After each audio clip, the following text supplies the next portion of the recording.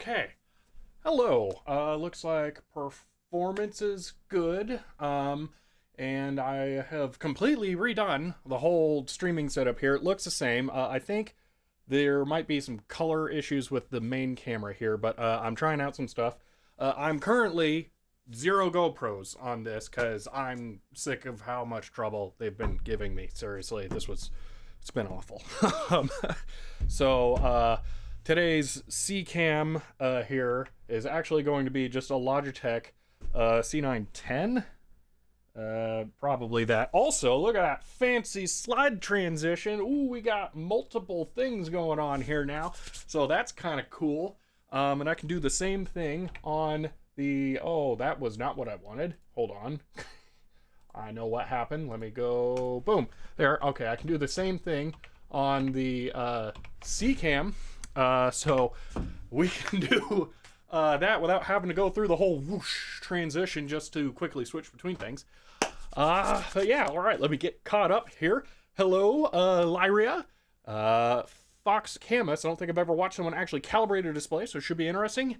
It should be. I think I have absolutely everything I could possibly need to do this correctly, and I'll get into that in a moment. Hello, Torch Nova. Hello, Grisgore. Black Jam Alex. Hello, Raffi. And Pretty French Canadian. I remember.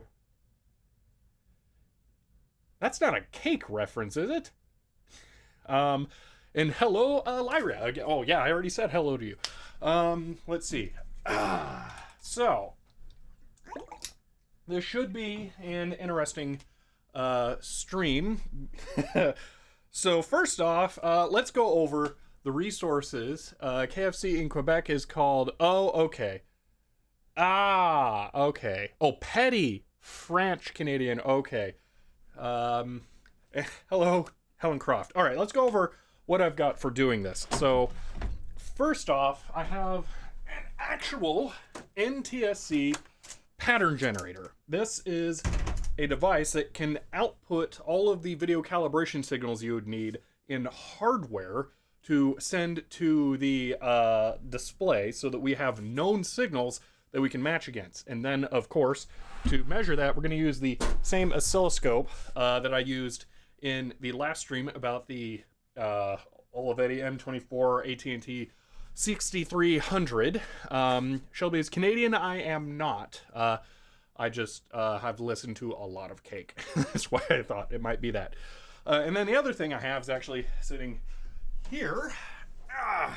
And these are, let's go to this really quick, all of the original service manuals that I think exist for this television, including addendums that were released. So I have absolutely everything, including this incredible schematic, but we'll get to that as we go along here. So let's get to the actual television itself, because it is nothing short of a monster. So before I lift it up here, actually, let's see this. So this is the full regular service manual, and if we turn to page 2 here, we will see under net weight 78 3/4 pounds. So let's go ahead and get it up here now, because it's got to be put up here at some time.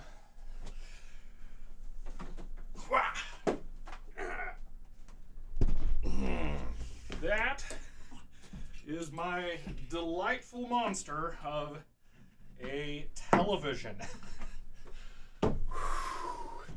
This is a big boy here. So I'm pretty excited to get this thing fully working, because I'm really, really happy I was able to get it. I actually have everything for it. You saw the the service manuals. I also have the remote, which, if you look on the little camera here, is just delightful. Look at how thick that thing is. It's great. So I have the remote as well. I've wanted to complete it as much as I can. So yeah, I'm really hoping to get it going here. So let's see. Hello, WA59. Is this one of Sony's first Trinitrons? Oh, no. It's not. Trinitron is actually pretty old. This is from either 79 or 80. Trying to remember. Actually, it might be slightly older. Now I remember it's somewhat contentious what year this came out. I think everyone, now I'm remembering, I think everyone says it's 80, but I think it might be 79. I'm not sure. I'll have to double check on that. The internet's wrong. It's 1 year before whatever the internet says. So let me catch up. What's a little white label? I'm not sure what white label you're talking about. What's that little label? Oh, the one here. It says this side up. I don't know what that came off of at all. Not even close. Let's see. Gosh, I love big CRTs. Yeah, you got the the shirt emote. Oh man, let's see. Would I like the look of that CRT? Yeah, the look is 100% of why I bought it, because it's just an RF only display, which sucks. So, let's see. When did the first Trinitron come out? I don't actually know offhand, but it's a lot older than you would think. Let's see. OG Woody Trinitrons are, yeah, they're pretty sweet. Let's see. On the desk. All right, this side up, and it's way upside down on the table. Yeah. So, let's first off, let's set this up so you can see what exactly is wrong with it. I think I left batteries in this. Yes, so I can use that. So I just want you to see what issue it has. And to do this, I'm going to use the Super Nintendo, just because you'll recognize what is being displayed then. Oh, got some stuff. Let's see. Whole bunch of cables and things. Hopefully some of these will work out well.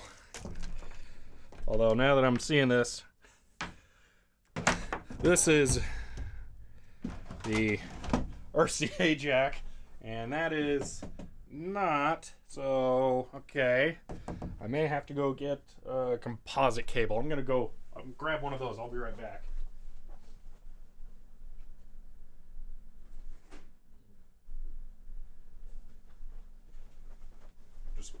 Grabbed the whole bin here.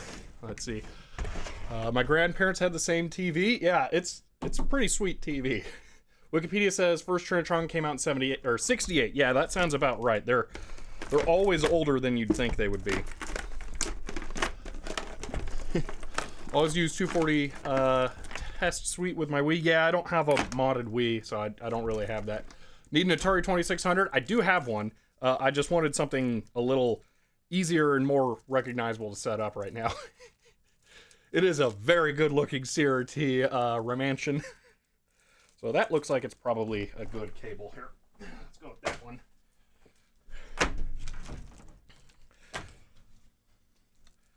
I just want to start off with a baseline so you guys know what we're going to be looking at fixing here.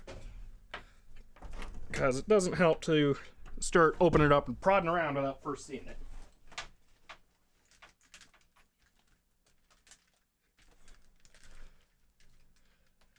Nothing I own will ever be retro brighted. Zola Gamer, I don't do that.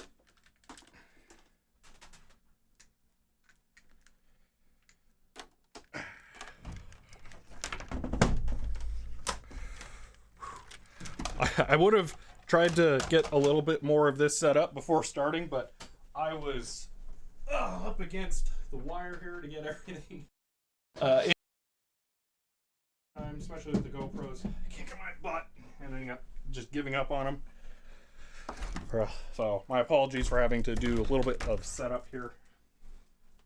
So, alright. Get that out of the way. See, I only retrobrite if it's covered in nicotine stains. Then, in that case, retrobriting wouldn't actually solve it. That would just be bleaching. So, yeah, they can be yellow without being nicotine covered. It's the oxidization of some of the chemical components in there. All right. Is it possible to mod TVs from this era to add other types of inputs? That's another thing I actually want to explore today. I don't think so, but anything is possible with enough engineering. So we're going to see what it would take to actually add an RGB input. So, okay. I think it's on. You know what would help? If I put in a game, I don't hear it. It made a big bruh, but then it didn't seem. I may have. There we go. It's fun. I can actually reflect it off of the displays on the camera. It'll take a moment to warm up, and there we go. What's really nice is I have my camera already set up to exact NTSC scan rates, so this will just work well. Hardly Wogan, if you look up the CRT, whatever year it says it is, it's 1 year previous to that. If you give me a moment here, I can actually, I'll look up the answer, because I have a picture. And then I can actually prove it as well, because the internet is wrong. And it actually has to do with the last video that I just released. Let's see, where is it? I'll be right back. Whoa, that's not good. Is that the display, or...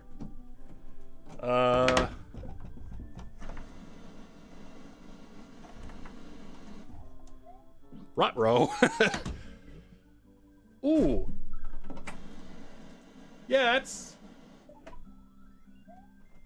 I wasn't having Vsync issues before. Okay, that's a new one. I'll be right back.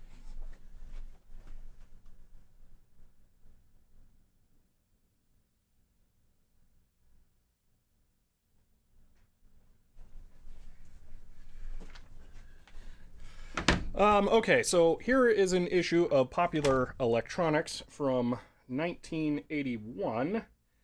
And, oh man, I don't know which page this is on.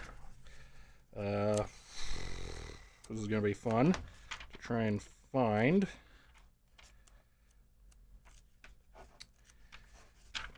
There is an advertisement in here for an electronics distributor that mentions this display, so I know it can be dated to at least 81. Look at HP85 ad. Oh yeah, that's sweet. Webcam actually focuses better than the GoPro. That's nice. Here we go. Video Spectacular, and right there. Come on, can you focus that close? That's a little bit tall of an order. Okay, can I tease it in? Oh man, I can. There you go. Sony KV-2145R would have been $709. Am I seeing it right? Yeah. So, 1981. That is the year for it. So, there you go. Hardly Wogan. You'll most likely see places say that it's 82. This is the only reference that I've found that actually says it's 81. Okay, now let's investigate that Vsync error, because that is a very new one to me. Okay, I'm going to turn it back on. I hadn't seen that before, and that is very concerning. Cool. Alright, that's not the Super Nintendo, I'm guessing. Doesn't seem like it. There won't be any channels that I can, like, go to. Let me get to the front. So it has some stuff here. It could just be the V-hole pot is dirty. Yeah. So, come on. Might need to deoxit that. So, not a huge issue, potentially. So while I'm here, though, I'm going to crank the color. Just messed up the hue. It's not a hue issue, so if I crank the color there, you'll see that it's very much not right. Everything is way too red. And I'm wondering if maybe this is actually a lack of blue and green and not a exaggeration of red. But I'm going to have to get in there and start poking around to really see. I'll get that back down to something a little more normal. Very high-pitched ringing sound that does not sound like flyback or scan rate. curious to find out what that is once we get in there. But first, let's try out using something from the pattern generator, because I haven't actually tested that yet. And that would be a good test.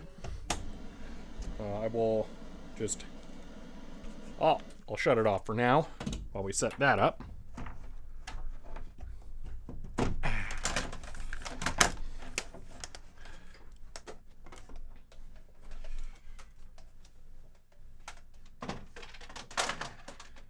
Okay.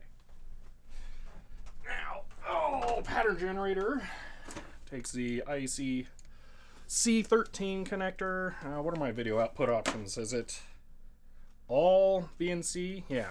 Okay. Trying to remember if I have a B and C to RCA adapter handy. Oh, that could be a problem. Uh-oh.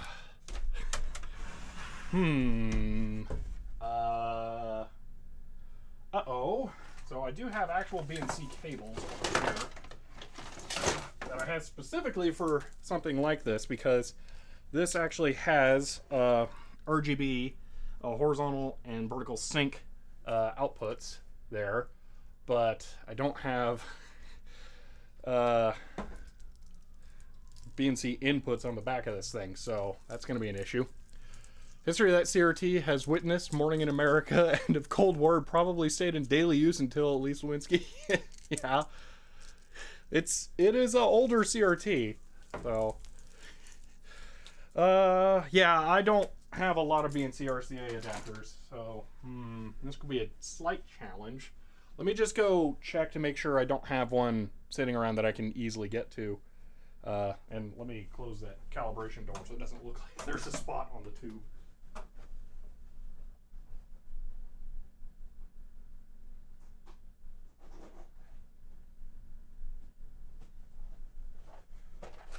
Here's a big old bin of RF adapter stuff that I probably should have grabbed the first time, because it actually has cables like I need. I don't know if there'll be an RCA adapter in here though. Now I got type F to type F. Lots of type F to type F actually. Okay, that's a negative on that. Ooh, but I've got F to female RCA. That's a slightly unusual adapter. So that could go into the end of a cable. Ooh, I like that one. I don't know if I'd had any of those in here. I don't think so. I'm trying to remember. I'd have at least one thing I would have put that on them. I don't remember what it would be. Now, I'll be back again.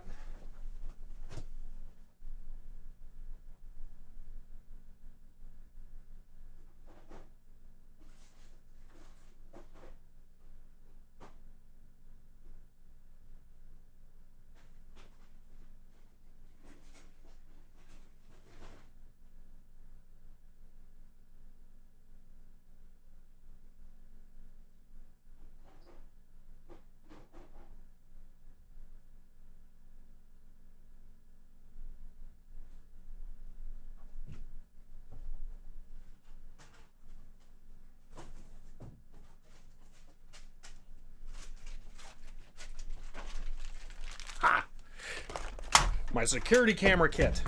Tons of them. We're golden. Okay.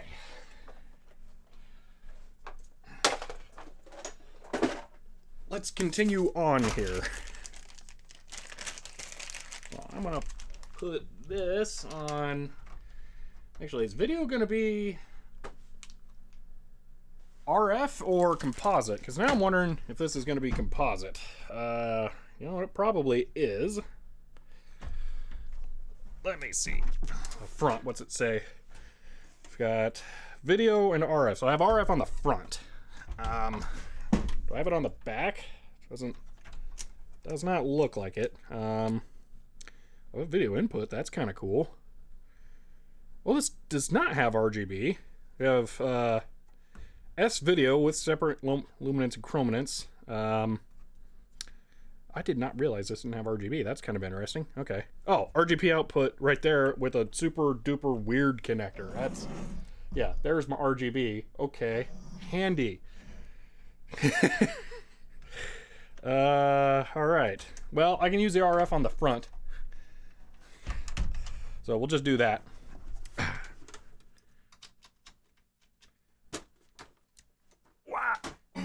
No SCART? No, yeah, not gonna be SCART.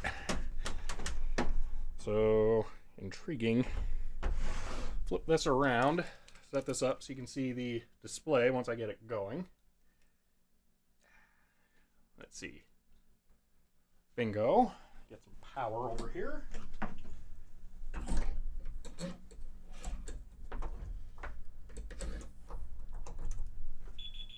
Ooh, beep, beep, beep.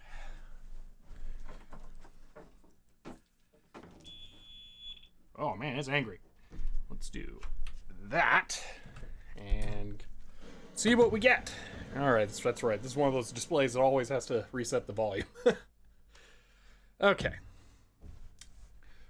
So we got nothing right now.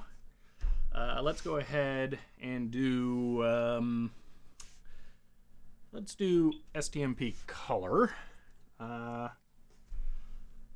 And yeah. Can I? How do I need to do this? What channel is it going to be on? I don't know.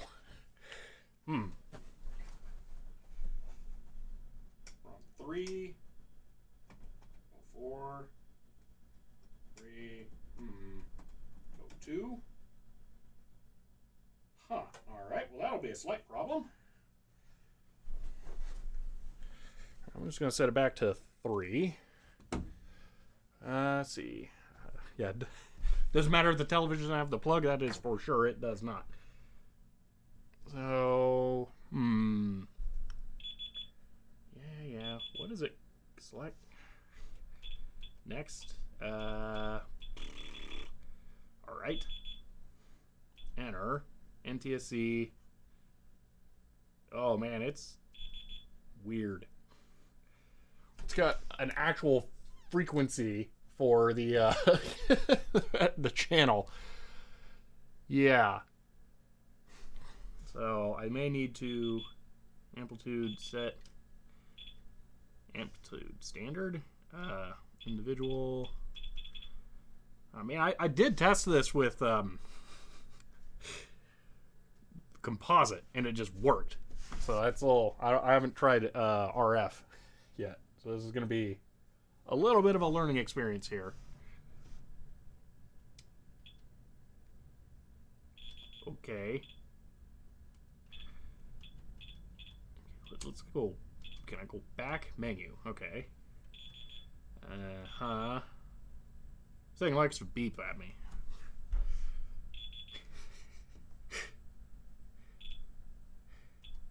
TV channel. Aha! What? Oh, Japan 1. Okay, let's...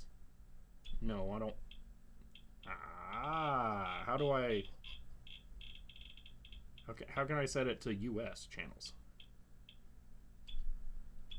Okay, does anyone know? I think there is a slight cross-reference between Japanese and US channels. I don't know why it's set to Japanese channels, so that doesn't make sense. What is in the M?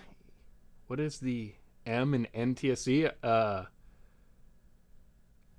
I assume you mean N, and I don't know. Does that TV have composite input, or it is only RF? Leftmost arrows under the display? I mean, that's not... Oh, there we go. Bingo. All right, channel 3, enter. Okay. Aha! Got something. Set amplitude. Okay. We're getting there. RF is apparently a little weird. Let me make sure it's set to channel 3. It's set to channel 2. Bingo! All right. Now I could probably set the amplitude down a little.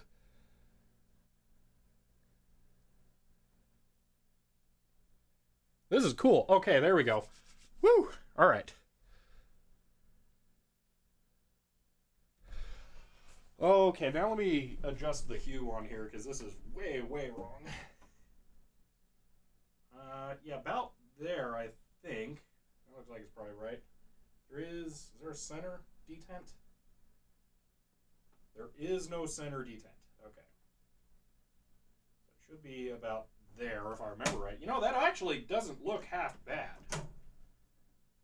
But can't be right.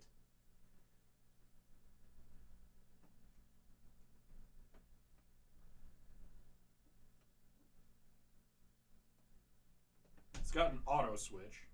That almost looks right. I'm a little confused.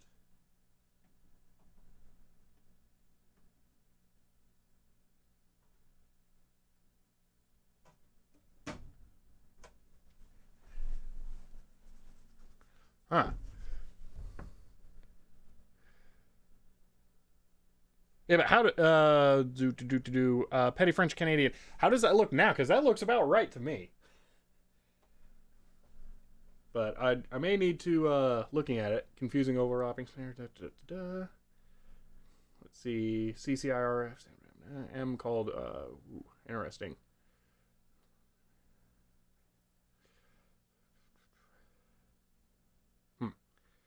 Without a frame of reference here, yeah, that's true. Yeah. Let's see, I've seen a couple of retro console videos where the person connected Japanese console to US TV using channels.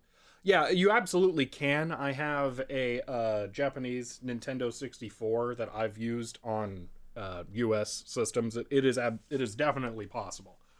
I just I could figure out how to change this over to USA. But all right, so now that we know we can send patterns, like I can change this so we can do different things here. That looks tinted.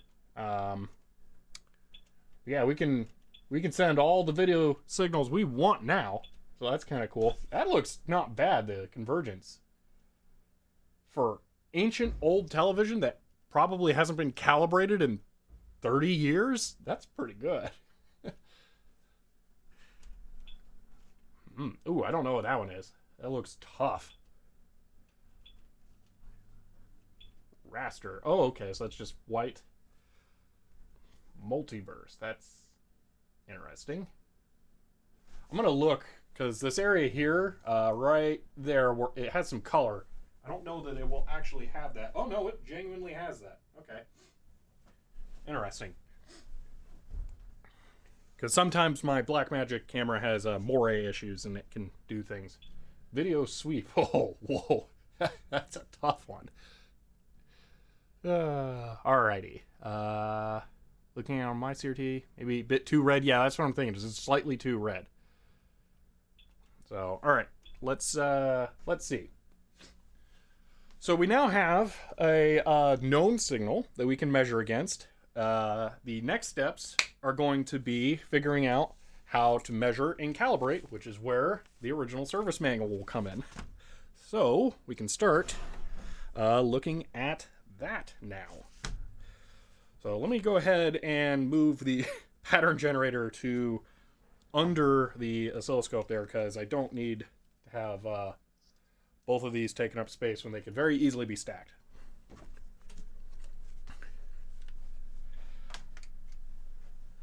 See. Oop, wait for ad to be over. Hello, Philly Pale 72. I'm gonna go with, since it's your first time chatting. Let's see, found more issue, yeah. So let's see. Image looks slightly twisted. It might be. I'll look at that. I don't particularly feel like trying to adjust the. Oh, what would that be? I actually don't know what that's called offhand. The whole yoke section. Is that the term? Yeah, I don't feel like loosening that and trying to adjust it. All right. I wish it was easier for me to just take off the handle on this thing, because I would just... Actually, you know what? If I put it forward, it might. So I would just take it off and put the pattern generator on top. Nah, I'll put the pattern generator under it.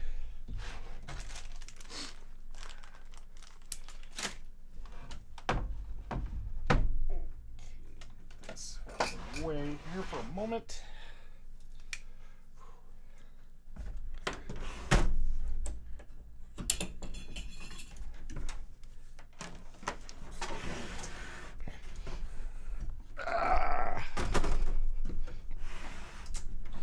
Let's see, let me have both, or some way to pull this off, but I don't remember it. All right, let's do that. There we go. Oh, that's handy, having that nicely tucked away over there. It's hard for you guys to see it. There we go. But it's just right there underneath the monitor, all nice and tidy away. So, okay.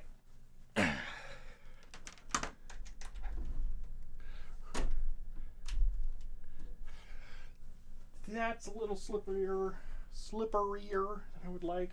Somewhere around here I have an anti-slip mat. Let me see if I can find that really quick.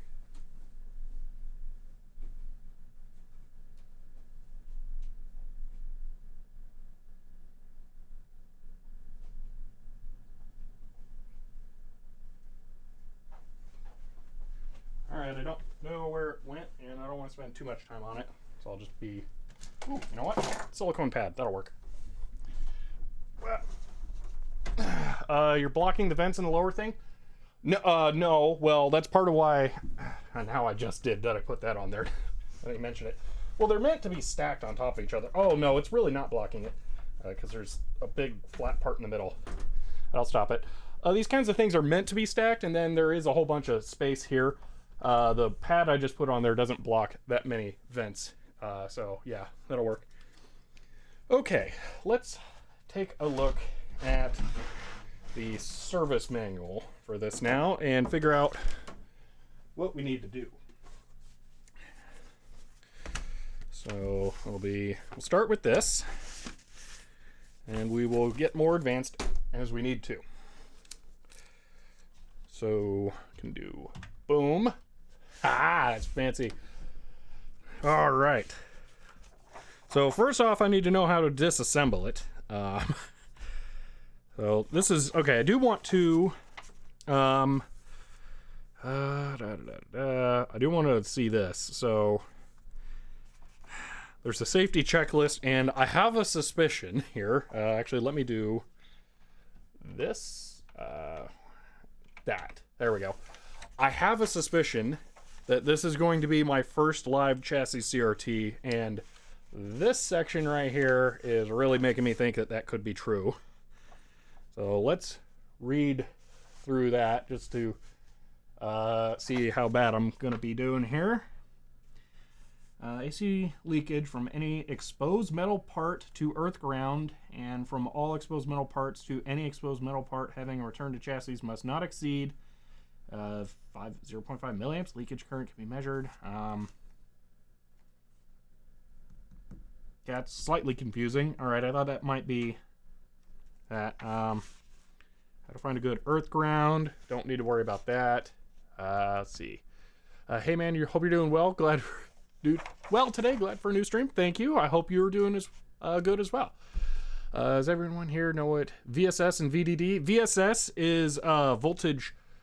Actually, that VSS and VDD should be pretty similar. Those are both voltage sources. I don't know the distinction between VSS and VDD. There, I believe it is one, but I don't know it offhand. Yeah, live chassis for Here Goes Strip. You know why? Yeah. I want to make sure I'm doing Twitch standing up and talking, not doing Twitch by being on the ground twitching. So, yeah. Okay, let's see. After correcting original service issue, do safety checks, returning to the customer. Okay. Look for unauthorized replacement parts. Oh, no, you can't have unauthorized replacement parts. Let's see. So, okay, here's how they check. Exposed metal on parts of set, AC voltmeter, set to 0.75. Okay, it makes it seem like it's probably not a live chassis. So, I feel like it's probably good. But we'll see. So, oh, we go straight into a big old block diagram. This is one of the cool things about these older service manuals, especially these Sony ones. I love getting these Sony ones. Big old fold-out sheets that tell you pretty much exactly what's going on.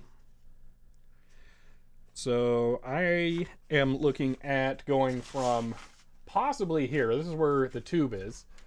And then VDD is ground? Is VDD ground? I guess it might be. Now you mention it. It's been a little while since I've had to look at those distinctions. Yeah, we got the RGB going into the tube. So here's part of where I'm thinking if I might be able to RGB mod this. I'm guessing it would be in this area.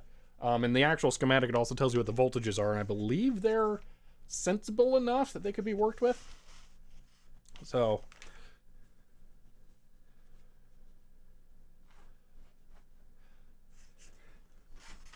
yeah, this is not what I need right now. I need to know how to start getting into it, and based on the transparency of that page, I think that's going to be where. No, not quite. Well, it's probably pretty easy to take the back off. So, full exploded view, that's good. I like that cushion. You put the tube down onto a cushion.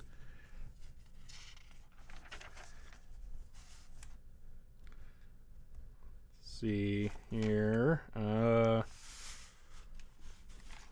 Removal of flyback transformer cable. I did not know those were typically removable. Huh. That's cool.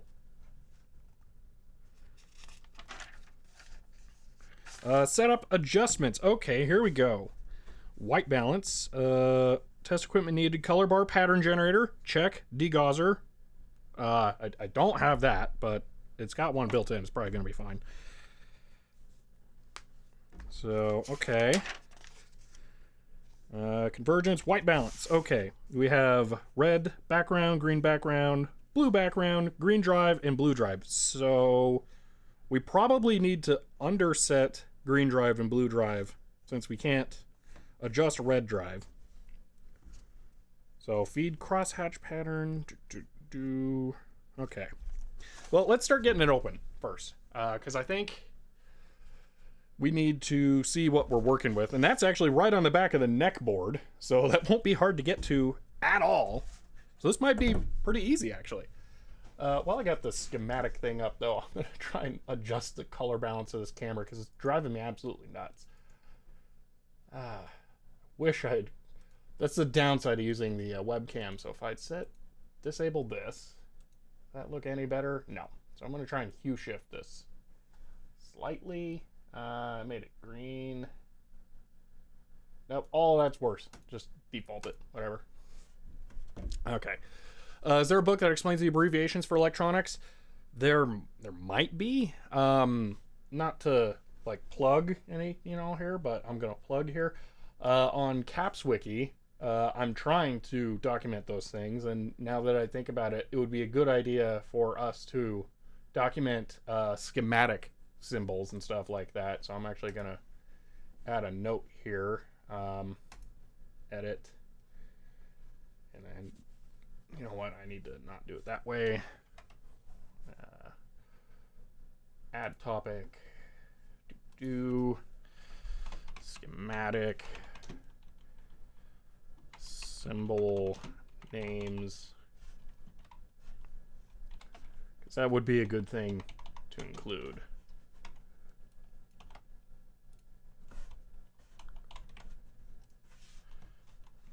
Things like VDD and VSS should be covered. All right. And I will sign it. Boom. Save. Okay. Yeah. So I'll try and get that added to Caps Wiki. All right. I will kind of bookmark this by putting that in there. But for now, let's get the back off of this thing. So this is going to be slightly tricky. Let's see. It's going to be tricky to film. That's the thing. And also, it looked like on the schematic there are 2 screws on the bottom. No. Wow. The bottom literally has pieces of plywood on it. Huh. Interesting. I'm not sure why. It might, actually, I think that's really smart. I think they're, you might be able to see it if I hold the camera down here. And if the camera were working, what's going on there? That's a little weird. Why is that? Okay. There we go. All right. So, right there is a piece of plywood. You can see that.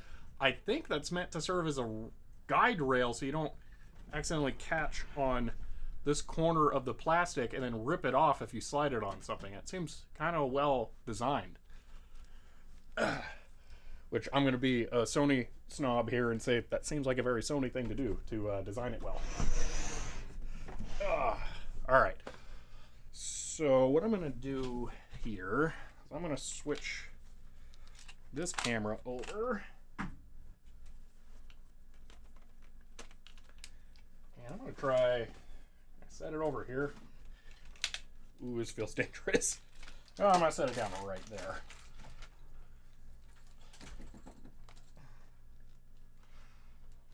And then give you a wide shot while I'm working on the back.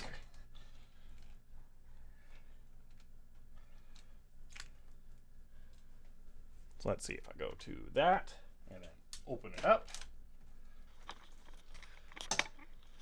Oh, that'll work. That's good. I like that. Okay. Yeah, it was $709 for this television. That is the price I found for it, at least. Let's see, make it a little brighter. There we go. Can you hear the sound? Okay, let me fix that. Test. Where is it? I will just mute everything else. And then maybe... Can I go to channel? None. Okay. Let me know. Does that fix it? Is it good now? Also do that. Is that good? Let's see. Okay, cool. All right, let's work on the screws here. I think there's 3. One there, and then this back panel will just slide off.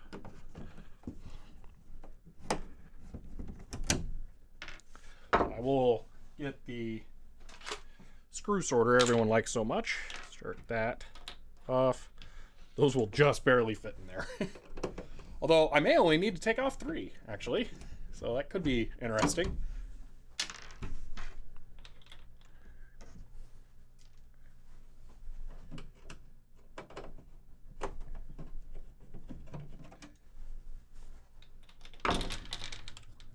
Oh, there's 0 chance of closing that. All right, I'm just going to put it back there to manage it. Okay, is this going to, yeah, just slide right off. Okay.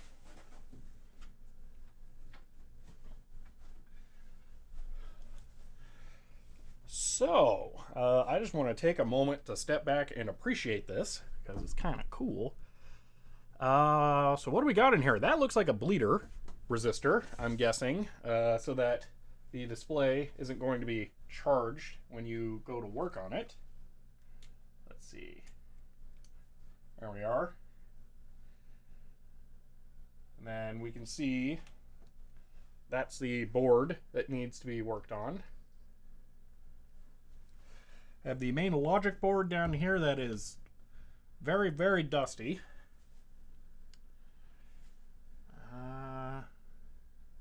That's interesting. Are these rear DGOS packs, kind of? Because it's not like a big coil around it, but I don't know what those are.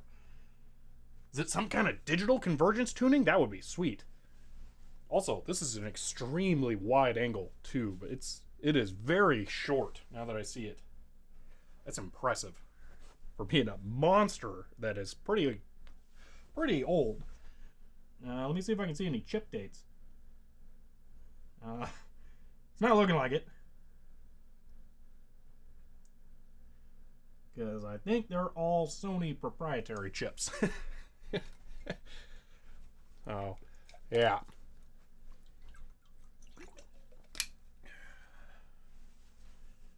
This is very interesting. I'm not going to get into it any more than I need to because I really like it and I want it to work. So, yeah. I will show you some stuff here though.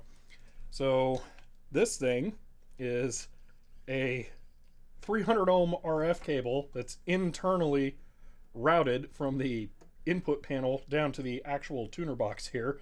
That's kind of interesting. This is the digital control panel for it. Here is the main logic board down there with many connectors and wires. Then here are the pots we're going to be adjusting on the back of the board. And we can see that. So I'm going to go ahead and bring the camera in a little closer here. So we can take a look at that. Yeah. So those are what we'll need to adjust. They're all potentiometers, it looks like. They could have been like weird inductor things. I'm now really wishing I had deoxit, because I feel like this is going to be a thing to do deoxit with.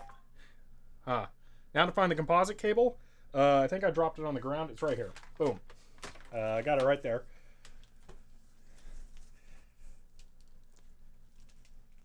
But yeah, this looks like, oh my gosh. You gotta see this. That's a resistor. That is the biggest ceramic resistor I have ever seen. 140 kilo ohms. Holy moly. I mean, look at that sucker. That's insane. Wow. Okay, that's a thing. Back to the task at hand. Man. Okay. So, we can work on that. I think I should maybe point this back at the camera so you guys can see. Actually, does it say I should do the calibration live? What does it say about that? Feed in crosshatch pattern. Okay, so that's live. We're gonna do it live. Yeah. All right. Let's do this fully correct. So I'm gonna put this back. We'll switch back to this there. I will put that up here. All right. I'm gonna bring this as far forward as I possibly can. Right there. And I'm gonna move this. What's the limit? Cable I'm not using. I can get that out.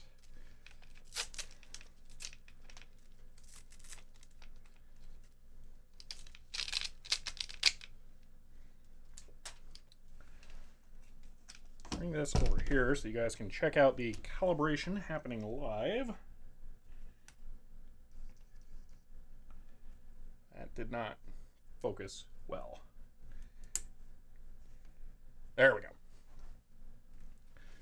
All right. Let's see. Hello, Toasty Video, since it's your first time chatting. Let's see. Still no full bridge rectifier. I mean, I'm sure there's one in here somewhere. Where's power coming in? It's over here. Actually, I don't see one offhand. If it's anything, it's probably that black thing right there. So there you go. Get that tightened down. Have you got requisite shock from monitor yet? No. CRTs are really not as dangerous to work on as people make them out to be. They're pretty safe. As long as I don't try and touch the anode right there, I'm not going to have any issues. Let's see. Okay. Yes, we can turn it on, give it a pattern. So it wants crosshatch. I'm not quite sure why crosshatch, but I can do that. Let me also pinch this so it goes on a little tighter. There we go. And there. Do the same thing over here. Turn it on.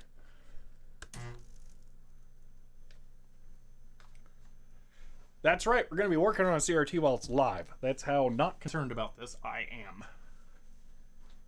So I can hear the weirder high-pitched sound now. Where's that coming from?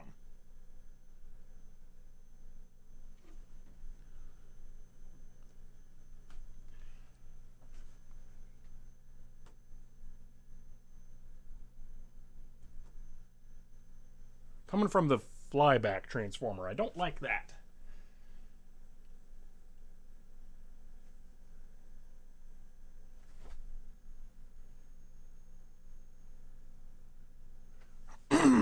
Flyback transformer is mounted on a separate board down there.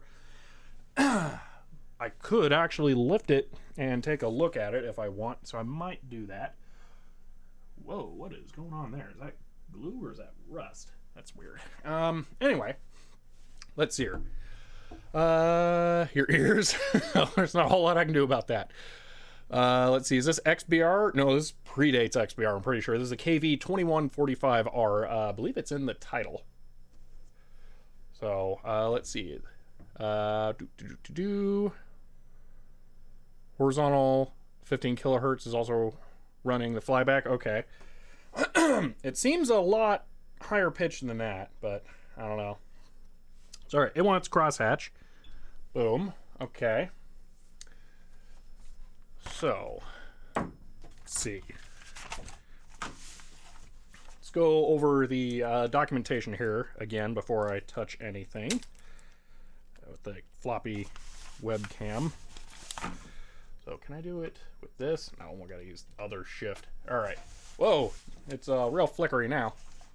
So, you didn't know you could calibrate CRTs? Absolutely you can. That is what the original service manual here is all about. Man, can we get some flicker rejection? Oh my gosh. 50 hertz, 60 hertz. No, it does not want to work. Why? Defaults. PGR3 resolution 1280. Oh, I made it real mad now. Nope. Nope. Oopsie. All right. Let me do this.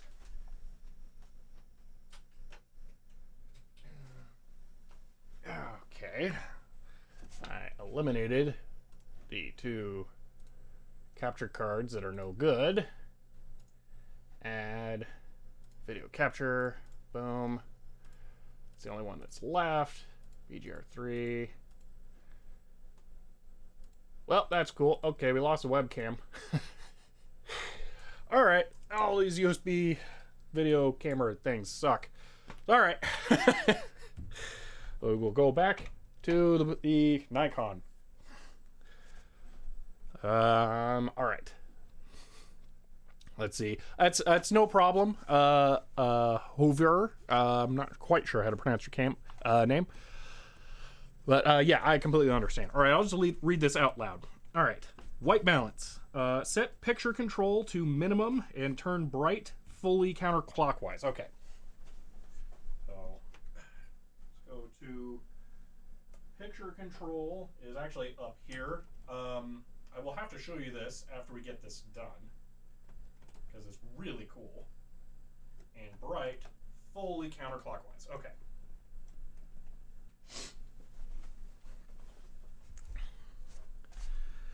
Turn RV 702 B drive and RV 704 G drive fully clockwise.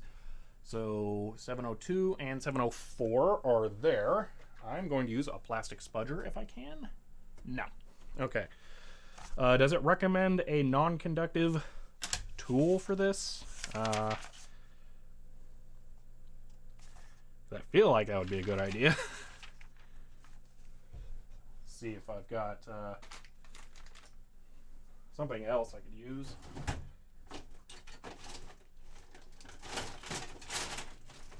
Probably not necessary.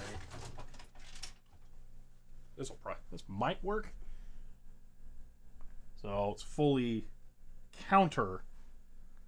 fully clockwise. Okay, I can't see quite what's going on there. Really? Fully clockwise? Okay, that'll work.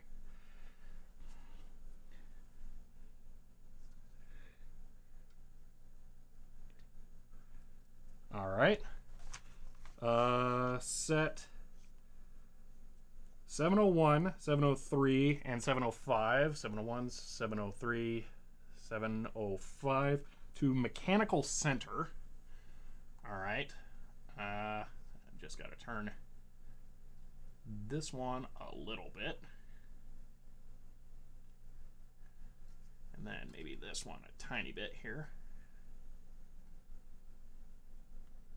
Come on, let go. There we are. Let's see. What full counterclockwise for previous step on front panel? I think you... counterclockwise is bright. Oh, you know what? You are correct. Well, it's not making a difference now.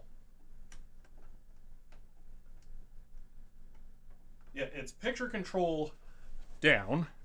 Picture control to minimum, bright, counterclockwise. Okay, well, it didn't matter. I haven't got to the calibration phase yet. We're just in the we're in the initial set phase, so we'll get there.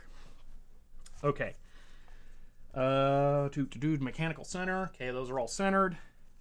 706 screen. Where is that? 706. Okay. That one's weird. Okay, that one I'm absolutely going to have to use a flat-bladed tool. Actually, I might be able to... No, it's too wide. All right. I have to use something metal for that.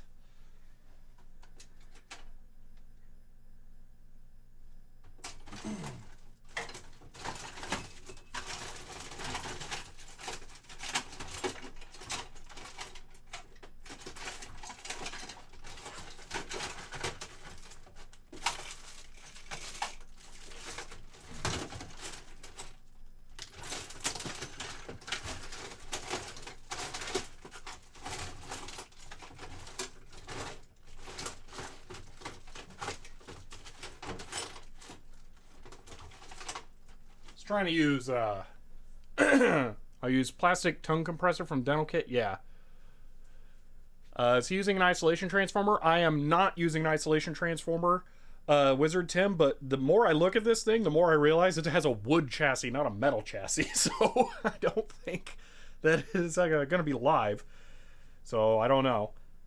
But I'm just not touching any of the metal on here because I'm not sure. See. One of the mods should add a nice set of isolation pot turners. Yeah, that would be nice. Can I add like specific people who can add stuff to an Amazon wish list? Is that a thing? Because I didn't know about that.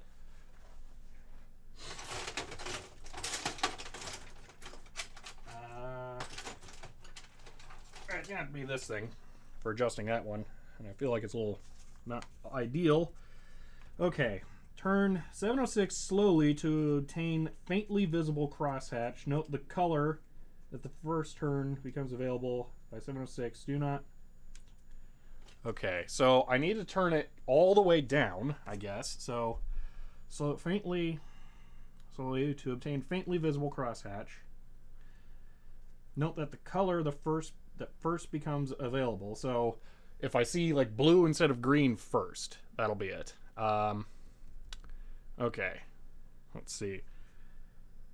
Do not turn the background for this color. Just the other two backgrounds for best white balance. Turn neutral gray. Set the picture control to maximum. Right, fully clockwise. So drive. Okay. So set. Turn RV 706. You guys can't see that. It's down here. All right. Yeah, I would have to put them in the wish list, but I'm busy. I can't do that right now. Okay, to obtain faintly visible crosshatch. Okay, I feel like we have an extremely visible crosshatch right now, so I'm not quite sure how this is going to work. So, okay, 706, check. G2, adjust. Okay, oh, this is G2. Intriguing. All right. This is what goes funky on newer ones. Okay, so I'm counterclockwise turning at. Okay, clockwise turning at. Okay, well, that's as low as that one goes. Can turn it higher, but that's it. That's it for that one. Okay. Why do I feel like I'm in the wrong setup here?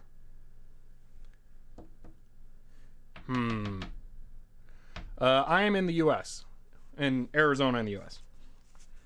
Okay, hold on. Picture control to minimum. That's done. Bright to fully counterclockwise. That's done. I will check that again. Bright is down. Set 107, 103, and 105. That's those to mechanical center. Done. Turn 706 slowly to obtain faint visible crosshatch. But it's... Do they mean bright? Adjust the other two background controls for best balance. So... do they mean it's going to be super bright when I turn it? Is that what they're saying? Like if I do this, it's going to be really, really bright.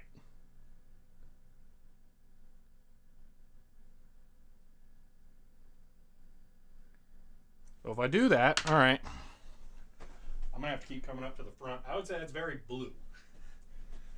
So I'm going to turn, adjust the other two background controls for best white balance of the faint crosshatch. So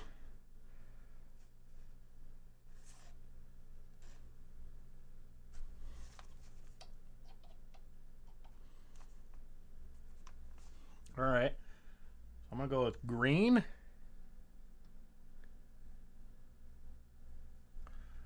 Do I want more or less of this? Actually, I'm going to use the flat. Okay, that's not wide enough.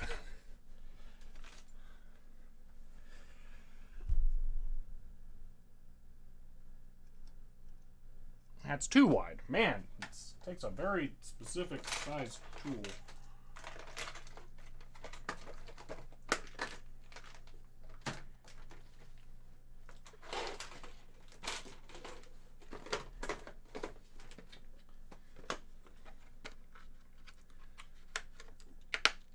This is not the manual you're looking for. I'm pretty sure it is.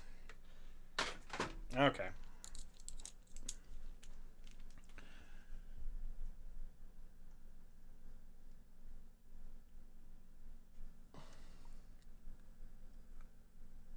Okay, I need slightly bigger than that.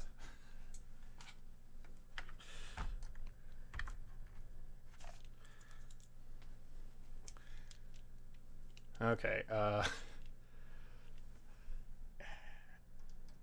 here we go.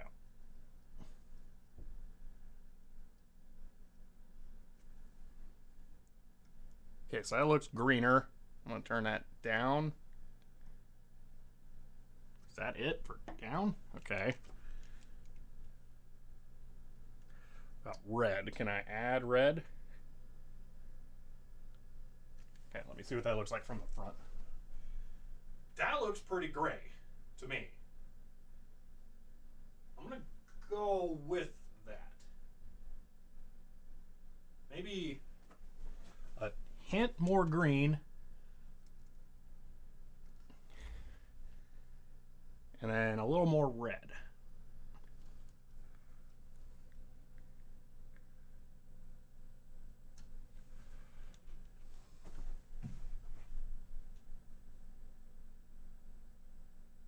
Okay, looks like there could be some magnet damage there. That's unfortunate. All right. Let's see. Yeah, camera is making it look blue-green. Yeah. I can try... Let me try this.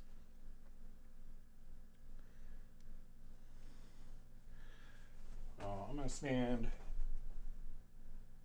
here. Okay. It looks a little blue.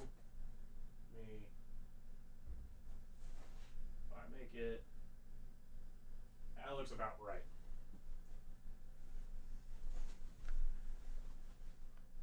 Okay. Turn that off, be slightly less yellow. So that seems about now what it looks like in person. It could be slightly blue. Maybe I should add just a little more of the other colors.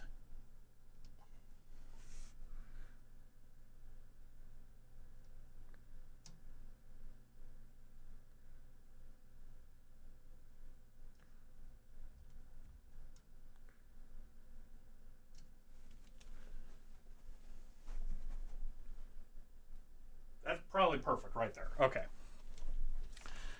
Okay, adjust the other two background controls for done. Set the picture control to maximum and turn the bright control fully clockwise. Okay. Picture control to maximum. And bright fully clockwise. Doesn't really do a whole lot. Wow, that blue convergence. Jeez, what's going on there? Is that from picture? It is. Weird.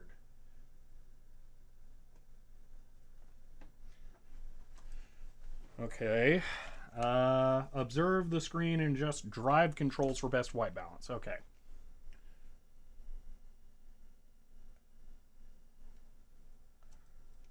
So these are turned fully clockwise, so I need to turn them down. Okay, so I turn that down. That makes it redder. It did. And I will do this one.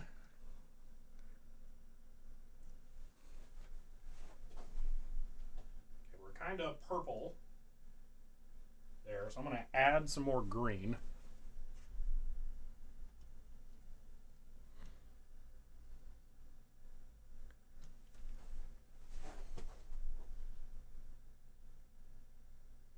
Maybe a little less blue.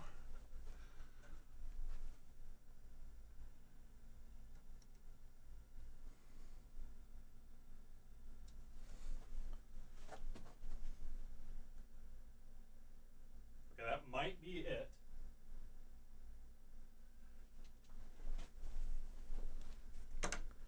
All right, and then it wants me to repeat the steps multiple times. I don't know about that. Okay, I'm going to turn bright down and picture down. I feel like we really massively increased the white balance. So what is... I don't like these two lines here. What's going on with that?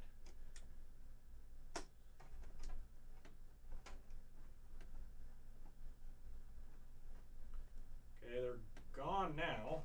All right.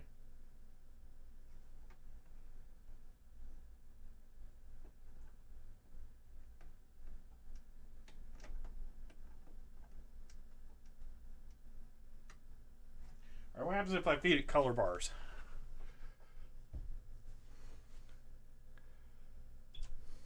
It looks super washed out.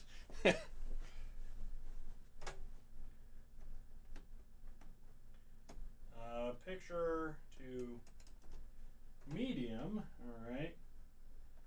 Color.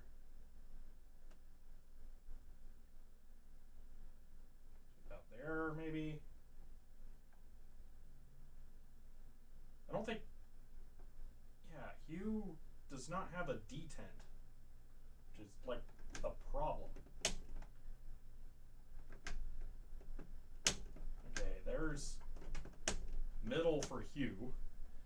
I can't adjust brightness. Brightness just does nothing.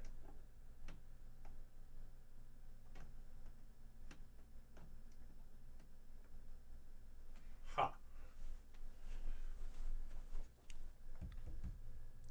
Was that the end of the calibration? That is basically the end of the calibration. The last step is to repeat it multiple times.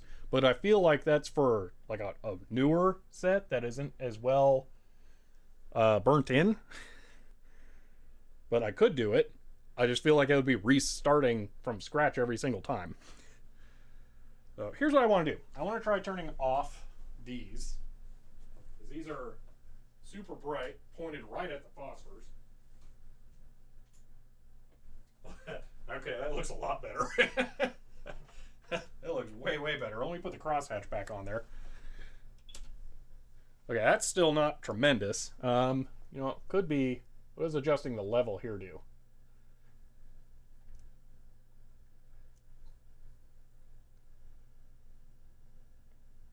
Huh. So you think your brightness potentiometer is dead? Yeah, it might be dead.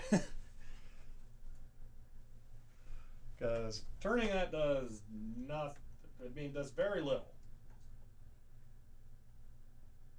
Well, there we go. That kind of did something. It doesn't go as low as I would like, though. That's whatever the weird picture option is. Alright, let's see what Super Nintendo looks like.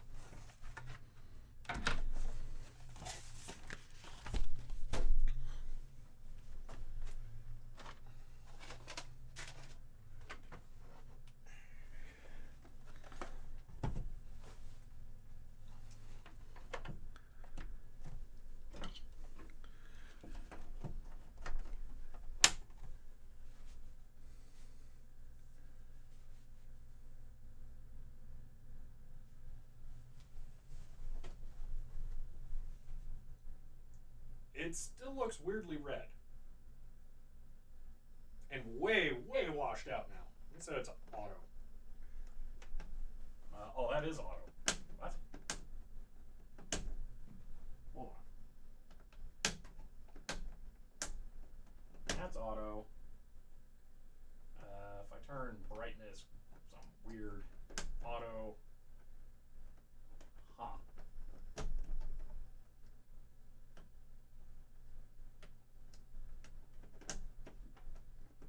Now, here's what I'm going to do. I'm going to hit power. Then I'm going to hit the master power, and we're going to hard reset this sucker just to see what happens.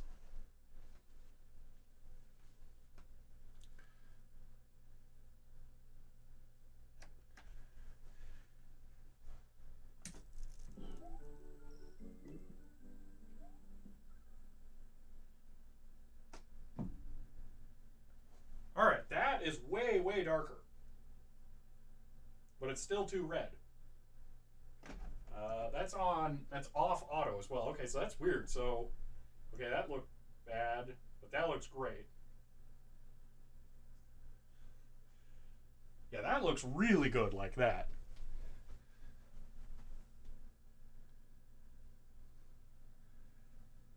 The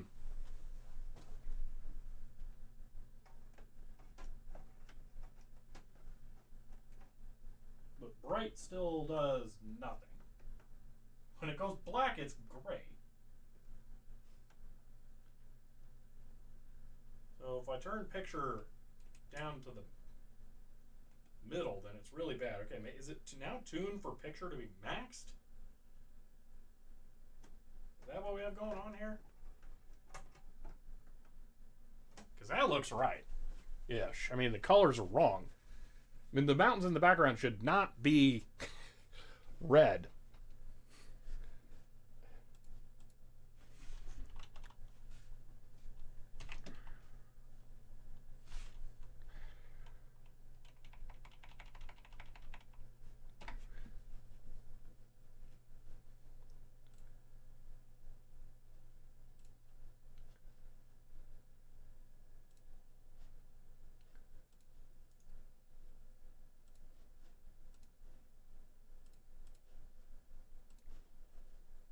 Trying to find a good example image here.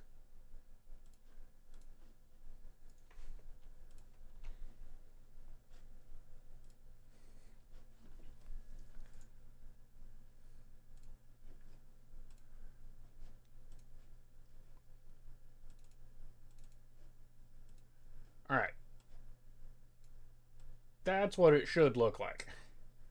Everything is pretty close, but red looks a little pow. And then those mountains in the background should not be red. I'm not even sure how that's happening. No cherry blossom pink mountains, yeah. And then it goes gray there. I'm not 100% sure what the deal is with that. Let me see. Can I do... I grabbed a bag of BNC things. There's a video input on the back of my pattern generator. I'm curious what happens if I put the Super Nintendo into that.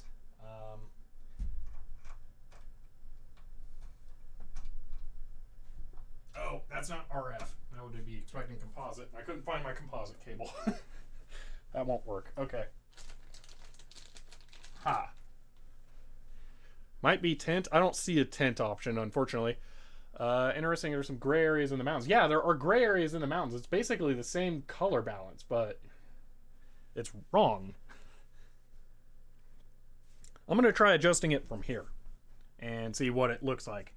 If I just red background, all right, so there's more of that than less of that. So there's less red. That's red like off. It looks kind of better.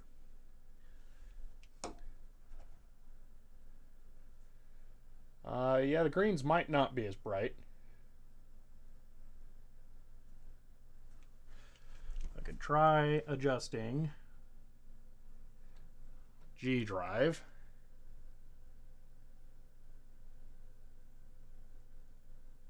So there's that. But still, now the mountains are normal, but then the shadows are green. If I turn green down, get that.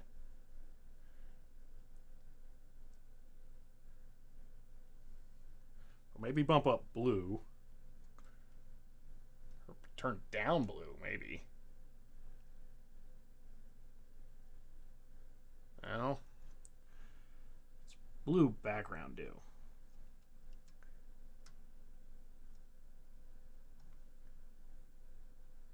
I'm just going full wild on this now.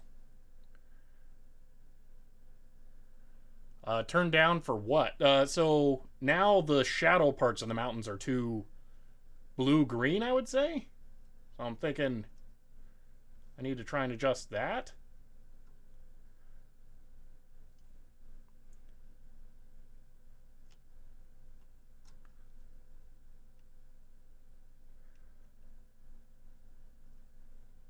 So I make that green, okay.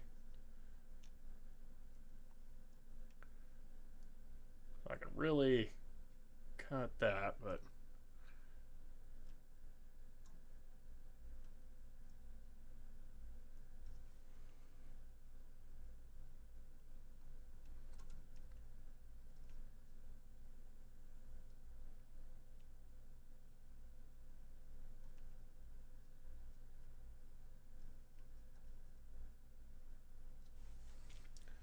right there. Man, apply an even adjustment across all colors.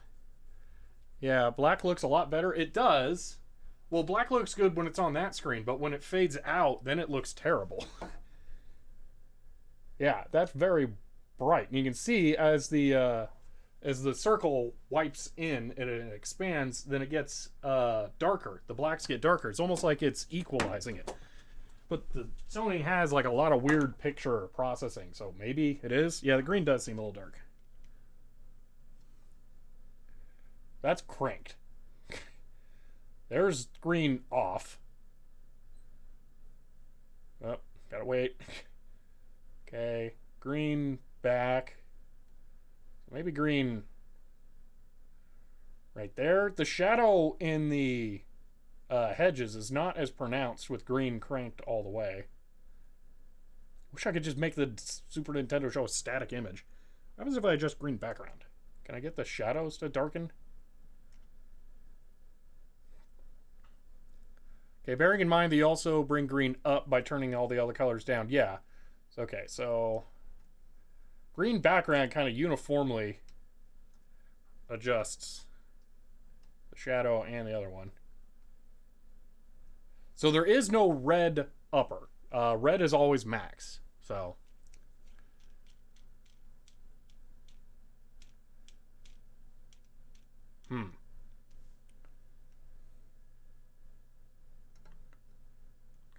So maybe turn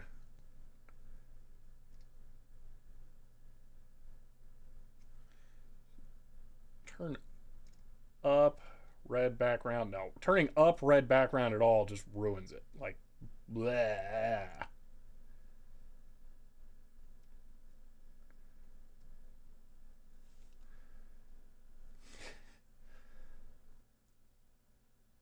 That almost seems the best. Maybe too much green background. Green's minimized already. Let's do that, and then I'm going to turn green drive down. Now the mountains look red tinted again. That de-red tints the mountains, but then the shadows, the black is super duper green then.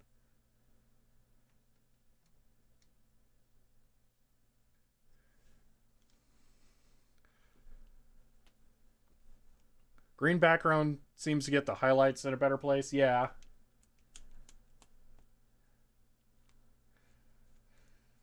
It's kind of weird. The whole thing. The way that this works. Yeah. Are we sure this is only a calibration issue? Absolutely not. Definitely not. Let me put this into here. So that's green channel poking out there.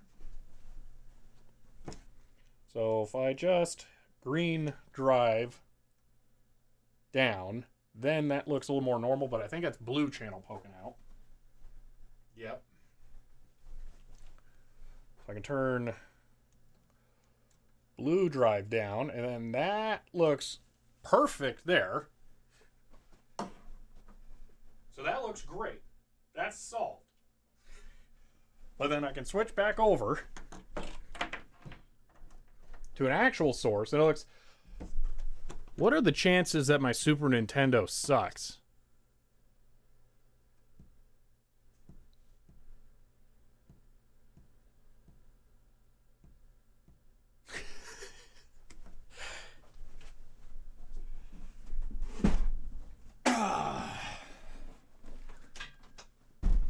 Let's sanity check that.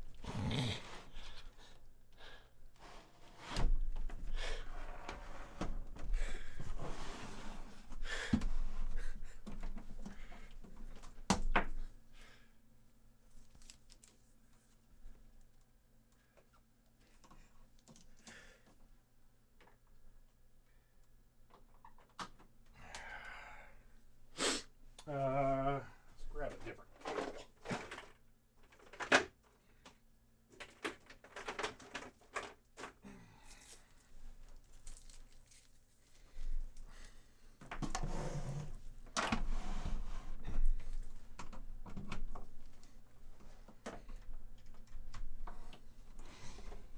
Here's another one of those displays that's going to make loud sounds when I turn it on. Alright, there's that.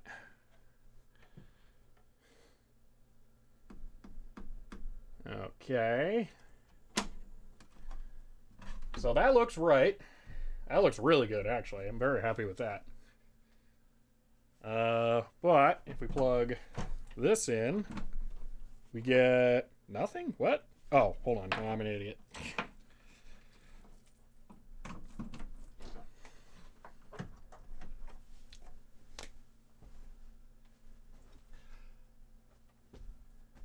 How is the Super Nintendo bad?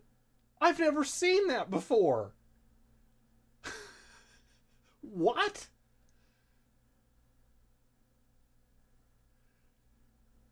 So the television's fine.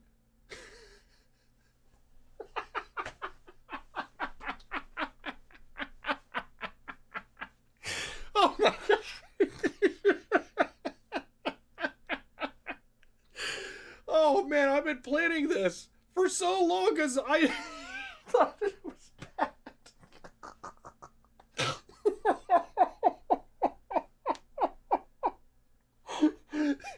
Oh, man.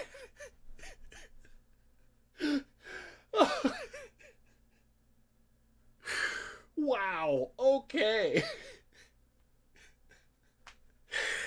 Oh, man. Yeah, SNES is definitely on the chopping block now.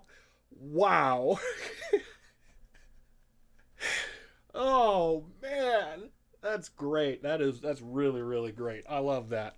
That's hilarious. Oh, man. Okay. Wow. I'm trying to think in the back of my mind now. What is RF that I have here that's not a Super Nintendo that we can see that will actually recognize something? Because, dang, I was not expecting that.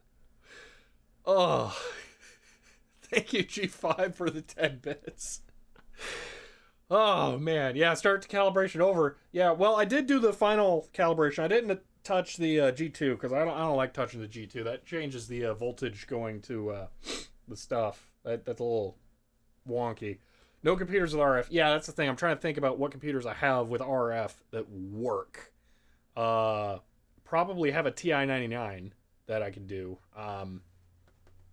My color computers I don't think are here. The Tandys. So, might be TI-99 or bust. Let me just go look at my storage room really quick and then I'll be back with maybe a computer.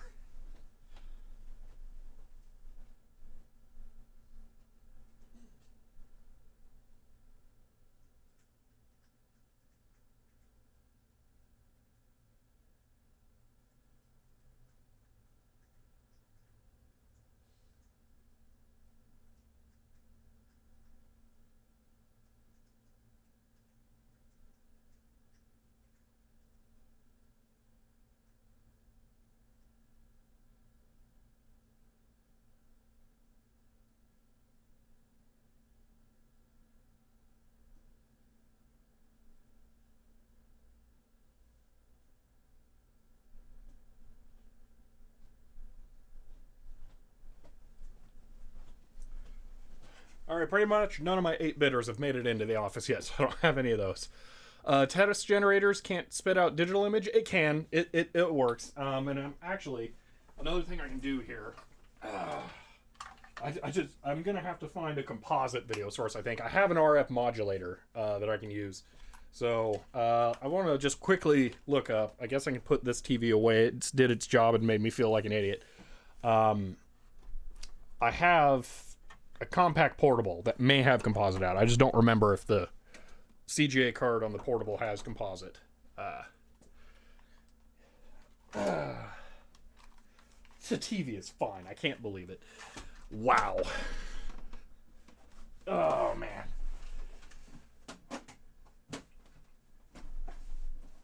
I'm super glad I brought that other TV earlier as well, though. Oh, man. Compact portable. Let me look that up.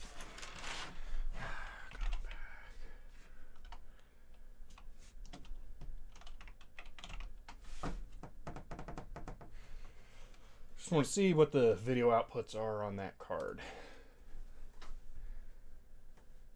Compact portable video card. See if it has CGA, because I don't remember.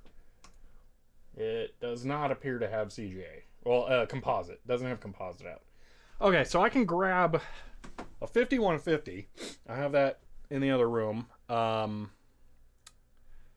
What switches? It's rubber dome on the. It's actually a cherry, but it is rubber dome. So, okay. Get this useless Super Nintendo out of here and put it on the to-do shelf, I guess. Yeah, because I just want to see. I want to see something on this thing. Let me get rid of the Super Nintendo thing now. Don't need that. And I can actually turn on the lights, I think.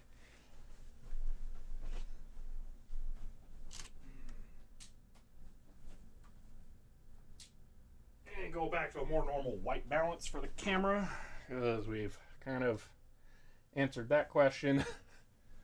So, let's see. It's only useless as a... So, yeah, for everyone, I think there's multiple people asking here about just doing this. That's fine. There's nothing wrong with that. I just want to see something on the television. So, yeah. Let's see.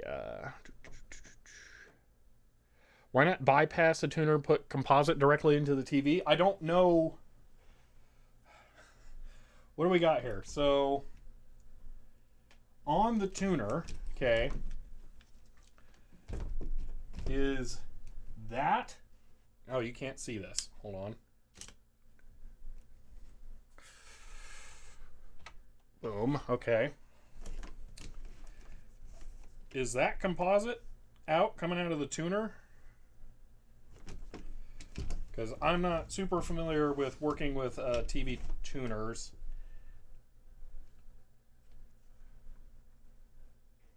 So I could see whatever that is being composite, potentially.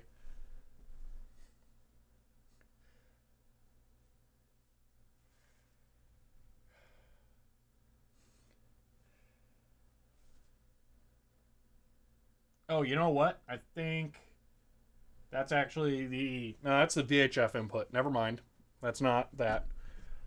So there are three things outputting on the side, actually. So I don't know. I can look at the schematic for the tuner and see what it's got going on. Let me do that.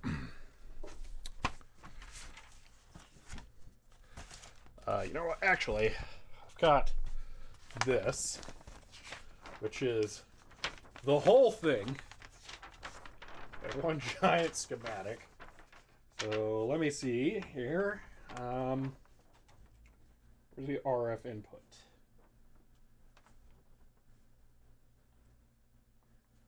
Okay, antenna terminal goes to VHF tuner.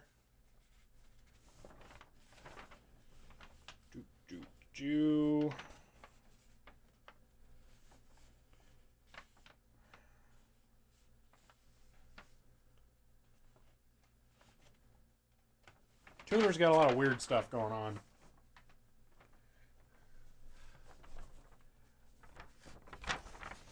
Yeah, I think the 5150 is probably going to be the best option, and then use the RF modulator just to see something. So let me grab that.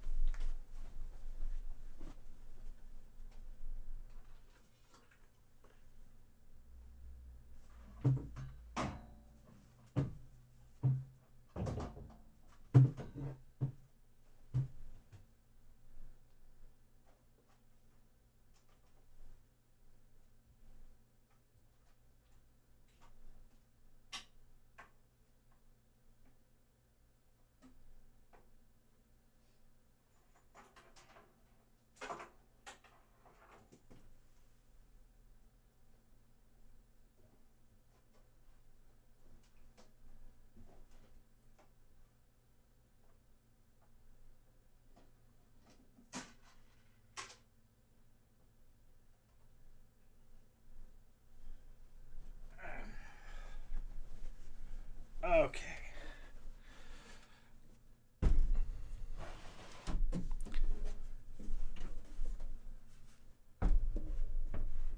So there's that.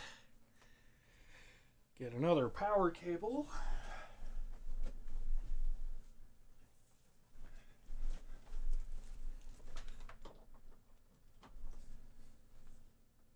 That monitor just shut off for some reason. It's a little weird. All right, it's back.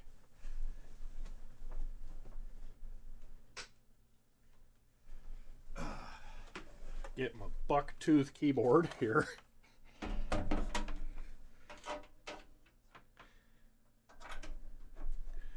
And, oh, it helped to plug it in.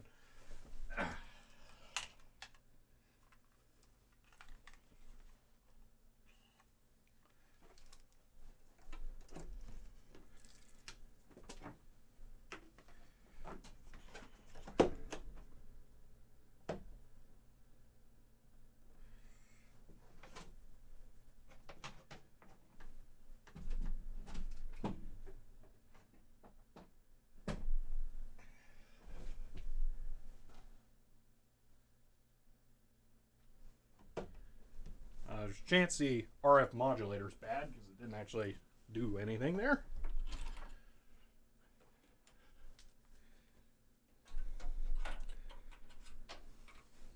It may only turn on once it gets a video signal.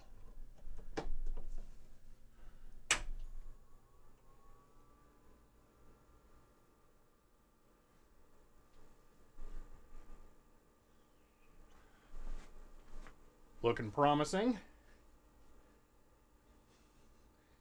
That's a kind of washed out image.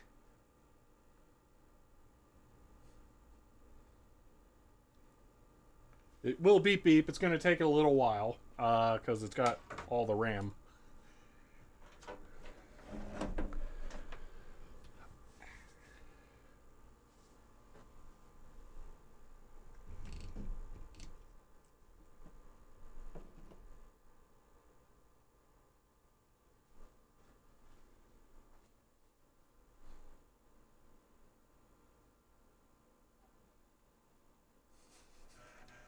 There we go.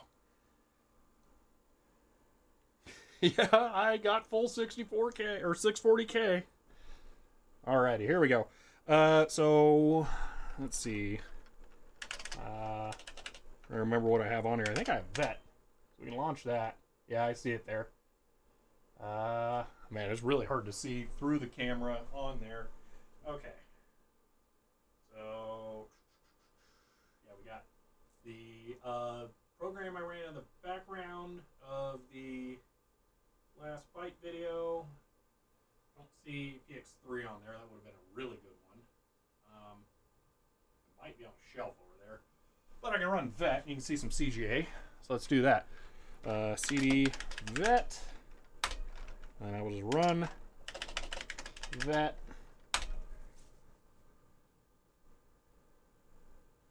We will do full-on CGA. Aw, yeah. Is that monochrome? Corvette should be red. This doesn't look right. I don't think I've ever tried this with composite before. It made not work right. Okay. Let me see if I can find PX3.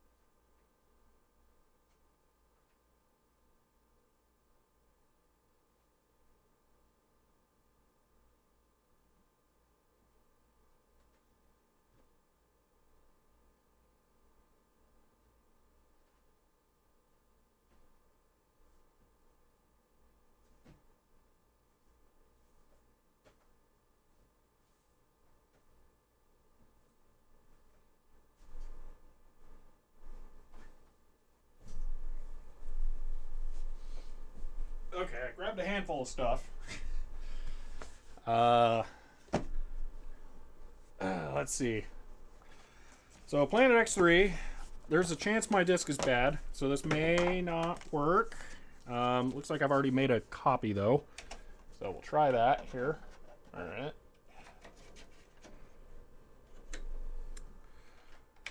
Quit to DOS. A. Dir. Okay. Looks like that'll work. A lot of files in there. PX3.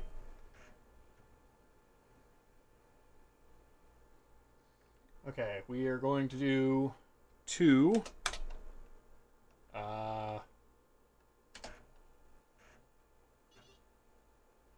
Yeah! Okay, that's something there. I'm gonna turn off the lights. It looks really good.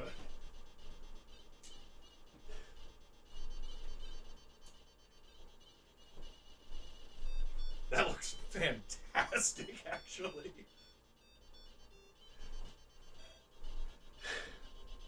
Oh, yeah. All right.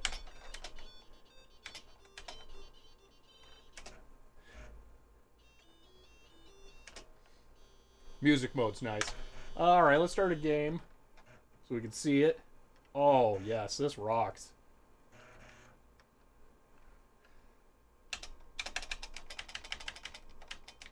Yeah.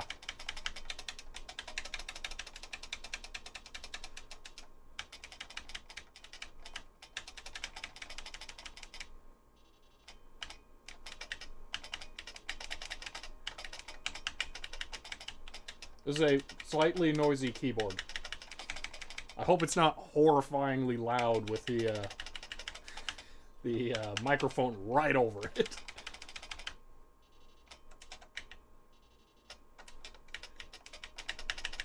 Yeah, this sounds really good, or looks really good. I'm curious. I want to go over around front. Oh man, that looks so good. Okay, here's I'm gonna adjust the exposure here, just so you guys can better see it. Yeah, that much better represents it. That looks so good.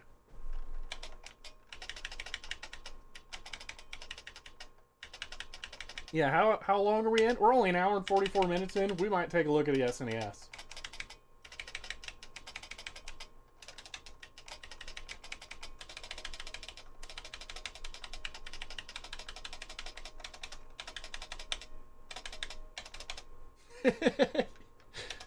I guess I do have an emote just for the keyboards, huh?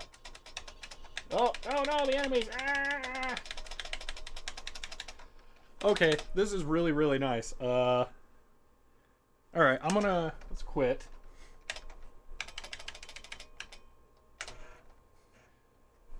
I grabbed a couple of other games. I didn't know if this was just gonna work immediately.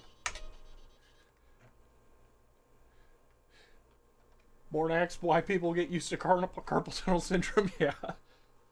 So, okay, I'm pretty pleased with that black level right there. It's pretty far down. It's very blue. Now that I can see that, though, maybe I can adjust the blue background to be slightly less. There we go. Oh, wow. That made a huge difference. Okay. Let me see. I'm going to plug this into the video output over here. Alright. I'm going to do the crosshatch. I just want to check. That looks right. That looks great. Okay. Give it back to the 5150. Let's try something else. Where's the floppy drive? There it is.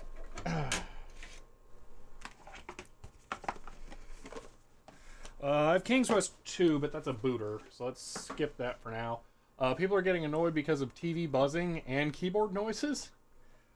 The TV is buzzing for sure. I don't know. Okay. Epic Summer Games. I don't know if this supports composite video. IBM PCs and compatibles. It's not a great sign. I do still have that there. The images on the box. Whoa, hold on. Composite adapters trying to fall.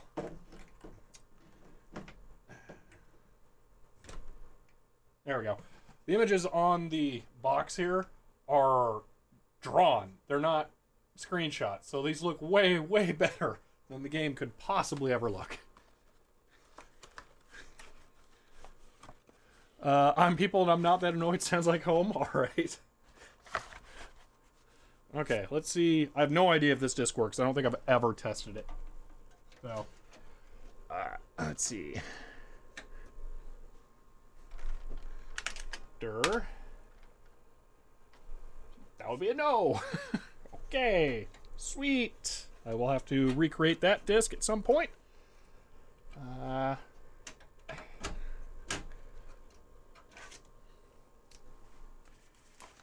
And then I have Battle Chess. We'll give that a shot.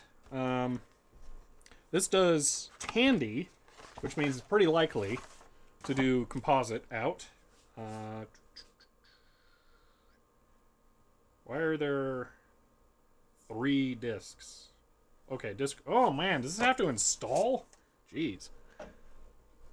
Hopefully these will work if it has to install. Love the stream, man. Thanks a lot. No problem. And hello, Ace123, since it's your first chat. Let's see what we got on here. That looks pretty good. Install.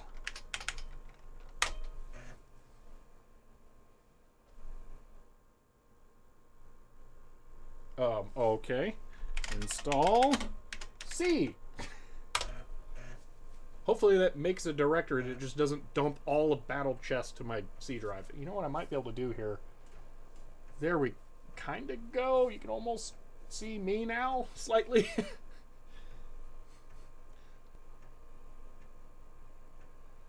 Yeah, there's a couple of things going on with buzzing sounds. The computer's got a fan going.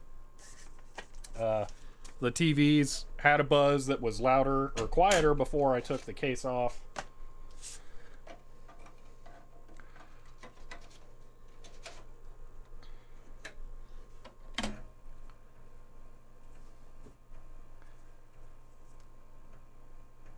Cool, looks like that disc is probably going to work.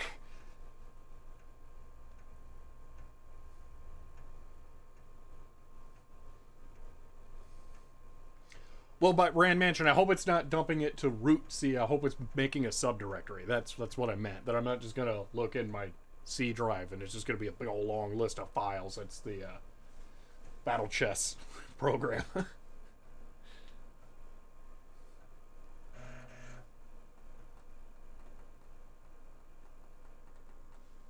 Alright, disk 3, last one.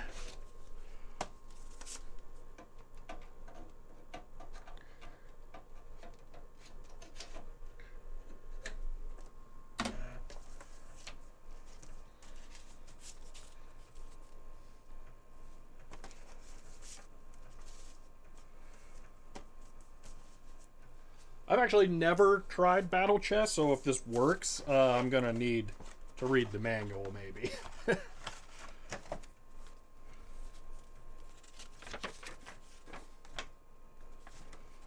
Oh no! They didn't register it! There's no warranty. Chess transferred. Sweet. C. C. Okay, so chess. Sweet. CD chess. I'm gonna guess the executable is just chess. Oh. It's not happy.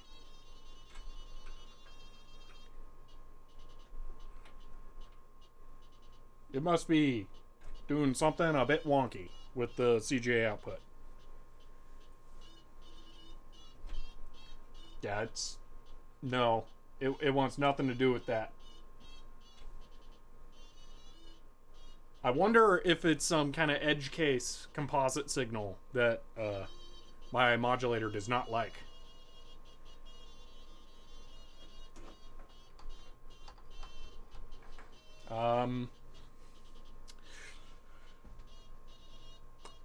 Does anyone here have any experience with a blonder tongue? Because there's a chance I can still make this work, but I'm not. I would like some advice before I try it.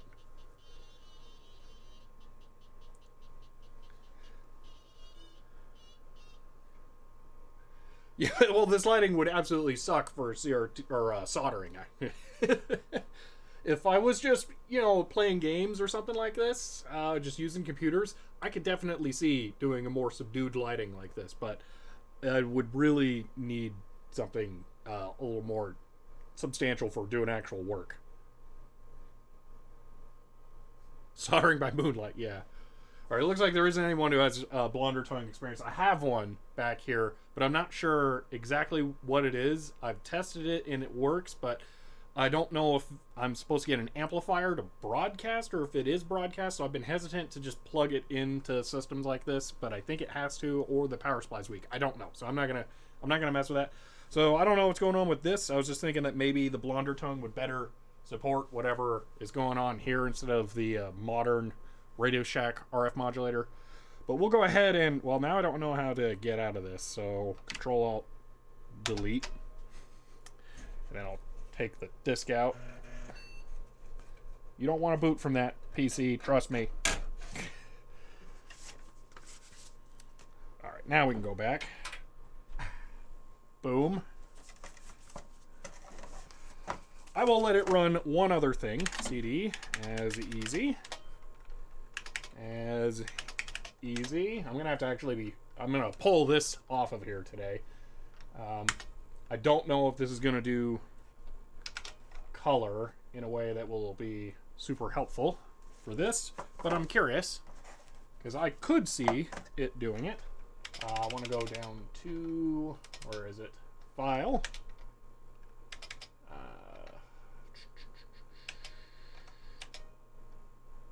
Wait, I went to data. Whoops.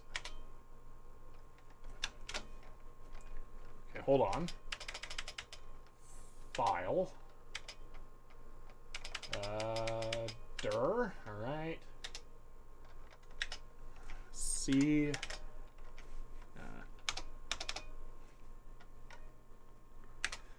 As easy.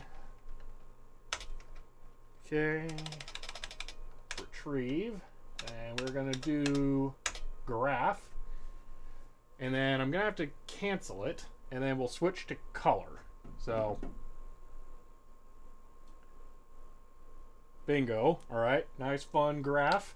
Feels very 80s business. But this does support color. So I don't know if it'll do color over composite. Or if it'll only do color over CGA. But we're going to find out. So graphics. Options. Color. Okay. Quit. Alright. And now I'm going to reload the file.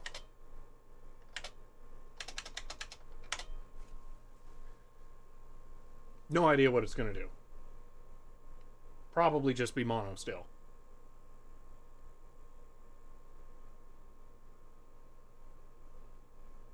I think that's just mono. Okay. But I'll let it run because it's still cool. Oh, I missed some. Is there a setup executable to set sound and video type? Haven't messed with Battle Chess in forever, but I think it might be EGA. Oh, maybe? I will check that before I put this away. There we go. Full cycle of everything on there.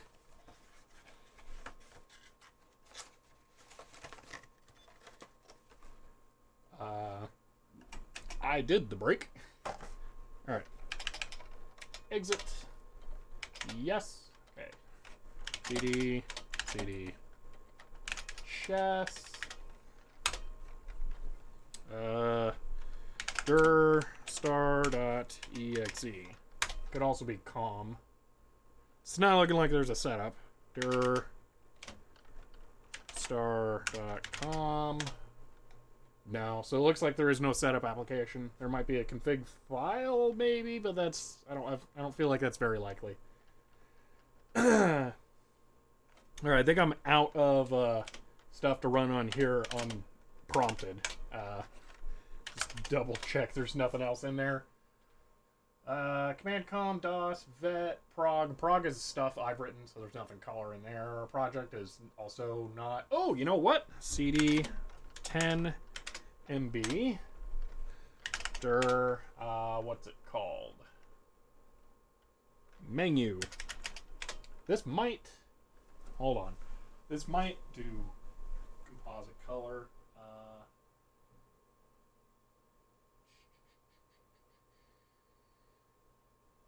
Yeah, maybe go to Norton. CD Norton. I don't know what might have happened to computer reset. I've not heard of what did, but sounds like people were people. So, great. What do we got here?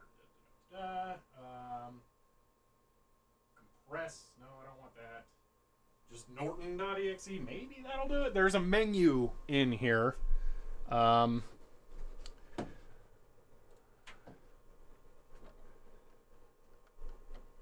Oh, great. Wow. Scumbags.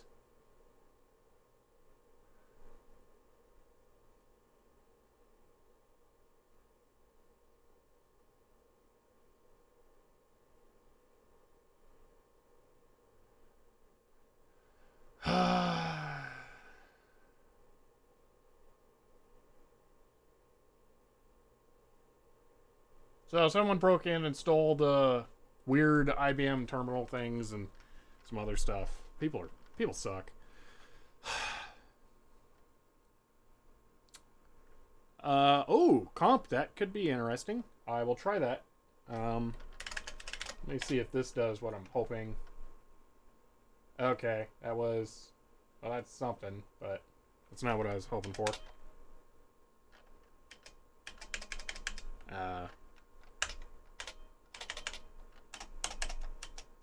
This is not happy.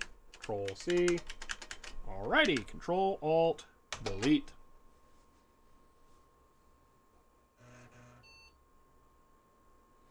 The $180 cash being stolen is just rubbing salt in the wound. Like they just suck and they know it. Alright, CD chess. I'll try this one more time. Chess. Oh, I fully understand, Master Noob. Would be comp. Now I can look at the manual, I guess. It might say.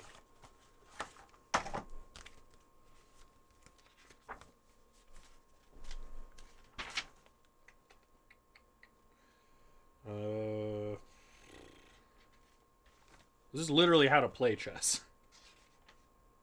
Let me start from the back in case it has technical stuff. Okay, loading instructions for EGA, for VGA. Whoa, fancy. Chess, enter. There are several options that you can use after you type chess if you're using... Okay. Maybe. Nope. It says it should work.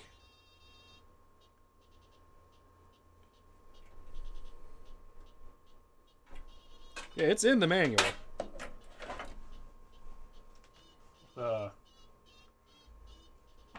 Right there, chess comp. They don't have a space, but I did put a space. I'll try it again with a space, no space, just in case. Yeah, I understand Flare's Fire. It's all right. It's something you got to find out at some point, but this is frustrating. People being scumbags. All right, CD, chess, comp, no space. No. Again, it's probably the modulator just sucking at it, so. Okay.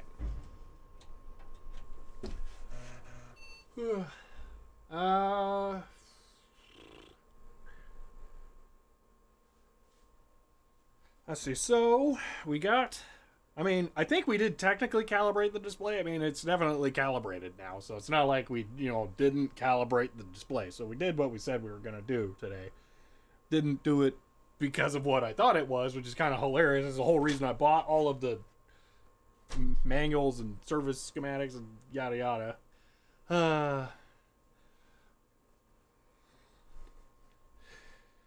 But yeah, definitely success. Let me get the lights back on.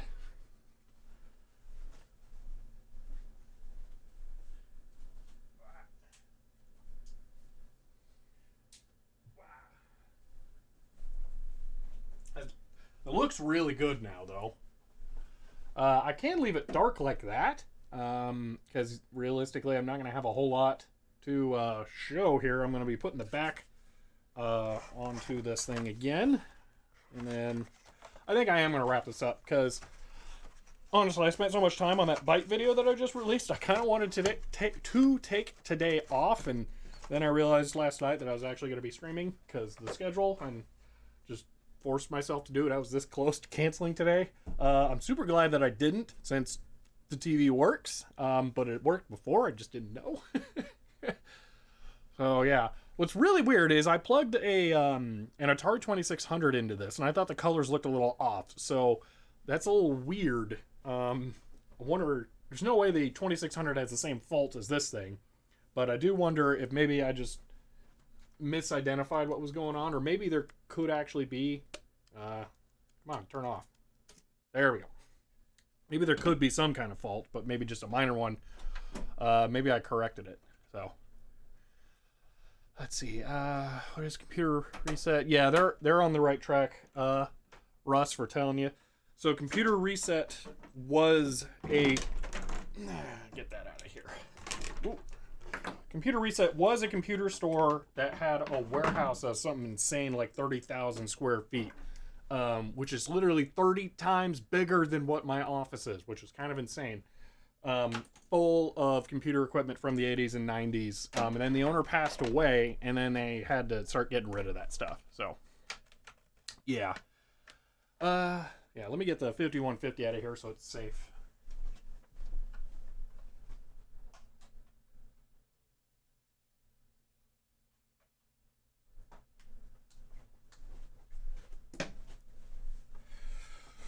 Oh, I'm not putting it too far away because I gotta pull files off of it.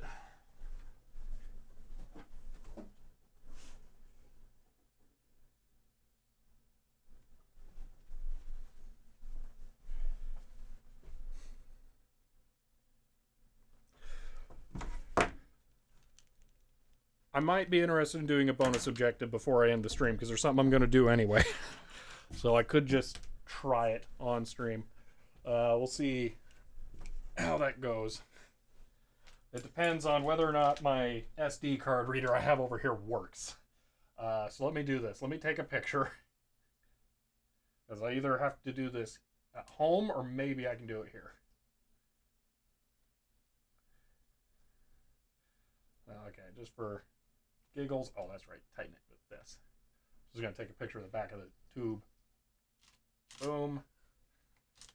Nothing to actually do with that information, but why not? Okay.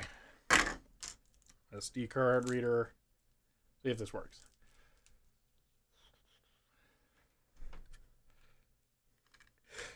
I really don't mind moving computer stuff around too much, Russ. I move so much of it that it does not bother me in the slightest anymore. It is kind of bad how much I end up moving it. My SD card reader works. All right, let's do this. I have a compact flash card in my 5150. I need to pull As Easy off the Office program that we ran because apparently the demo files that came with mine aren't backed up anywhere, and I would like to make sure that that is done. And I kind of want to try putting FreeDOS on it because FreeDOS now supports FAT32 file systems, and that would mean that it could have a very large drive in it. So that would be cool. So I kind of want to do that. But first I got to put the back on here. Which means I should realistically bring the lights up. Let's see here. Oh, I dropped the ISO. That's right. Bingo. There we go. Really nice being able to do that with my phone. That's the actual camera exposure that I'm adjusting to do that, not like the stream or something. Let's see. We can switch here as I do this to boom and then boom so you guys can actually see what's going on. I'm still enjoying the fun of having that set up.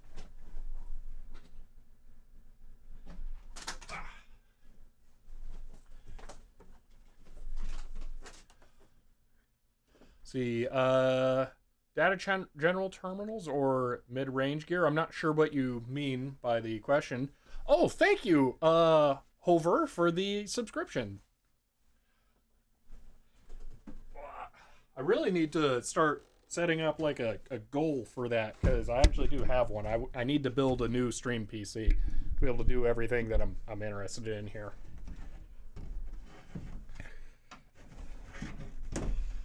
And I would like to set that up as a sub goal. Oh, okay, Russ.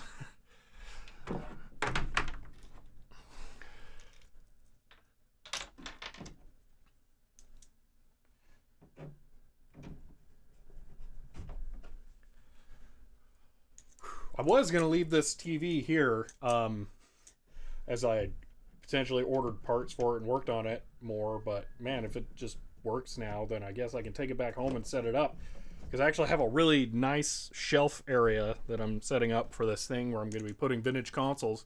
Apparently vintage consoles that don't include that Super Nintendo, but other vintage consoles to use with this, just at home for myself.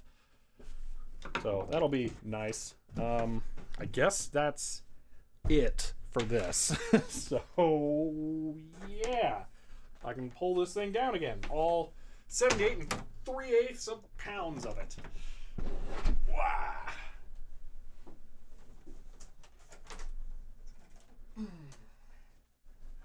Okay.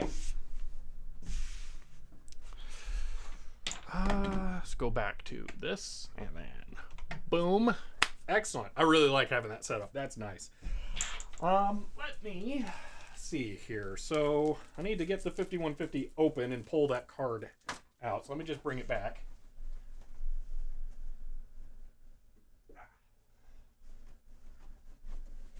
And then another thing I've been meaning to do is to pull my MDA card out of this. But yeah. Oh, yeah. Let me stop this right here. Boom. Okay. Next video that I'll be splicing this stream into, I'm going to take my 5150's boot drive out, which is an XT IDE or CF IDE. I don't remember which one. And I'm going to pull some files off of it to back them up onto archive.org and then look at putting FreeDOS on here, because I actually kind of want to experiment with the new FAT32 file system. All right. I keep forgetting when I'm doing streaming that I need to like have nice lead-ins and lead-outs for the different videos that I end up splitting them into. Let's see. Did IBM make a 386 that was not a PS2? There is the IBM 386 P30, I think. Is that technically a PS2? Because I'm not sure. That's the portable gas plasma display. See, might be useful if you added a button to your keyboard which swapped the two frames. Yes, I do actually plan on doing something like that. So I do have the ability to switch between them all, of course. And one of the things I'm going to do is I'm going to have a couple of extra buttons set up to go to predefined pairs, and then I can just press one button to do it. I set this up like a half an hour before starting the stream today, so this was as good as it got.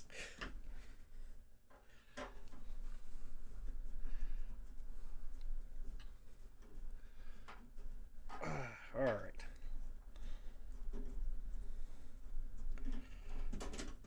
I guess I can be putting these in the container here. All right, I'll bring this over so you can see what I've got going on in my 5150.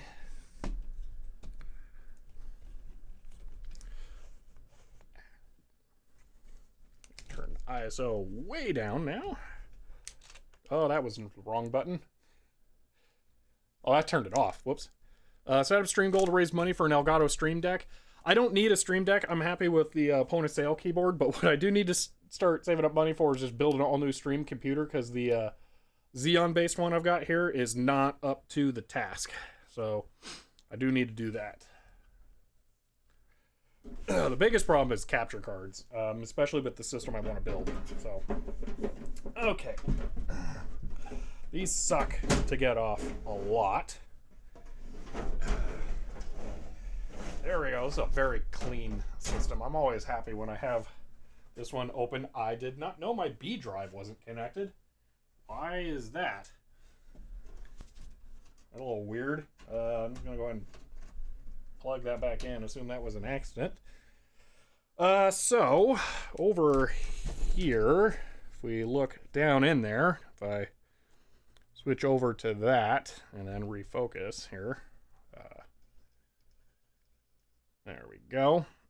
We have a few things.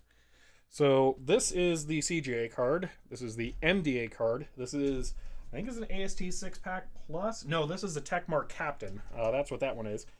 And then this is the floppy controller, and then tucked way down in there is a CF2 IDE. I really like that one, specifically because, oh, come on, stop complaining. Oh, it's really hard to get out. Because it's so small, it doesn't have a card edge bracket, and it means that I can fit it next to the cable for the parallel port that comes off of the Techmark Captain. So I can have both at once. So this is what I needed to get out of here, because I just realized I didn't do that. I needed to get the compact flash card out so I can read that on my PC. Get that out. Pop this in. It goes in upside down. Let's see. CF2 ID for ISA. Haven't seen or heard of those. Yeah.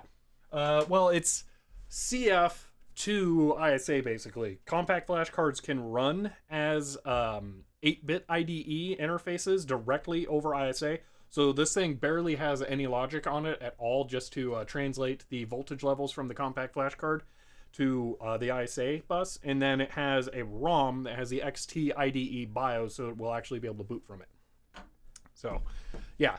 Now that card is currently set to 32 megabytes because it can't boot, or the system can't register any more than that with that version of DOS, so I can actually switch back here. So that's part of why I want to explore FreeDOS on there. But for right now, I just want to get the As Easy program off of there. Let me get that done.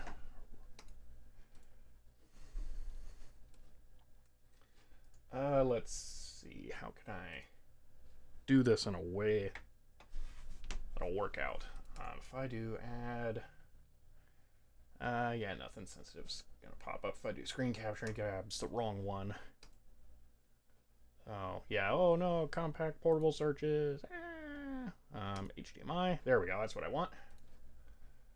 And then filters, add color key, and custom color black. There we go. Let's see, black screen tech tangents. I know. So what I was doing was setting it up so I can do, no, not that. So I can do this and bring it over on screen, so without having to like set up fancy color or stuff. So I can just do this over the stream now. Because I keep this monitor's background set to pure black, so I don't have anything else to worry about. Although some fonts might get messed up, but that's something I'll have to live with. So As Easy, that's what I want to back up. But I'm gonna go ahead and just make a whole new directory on here for my DOS system.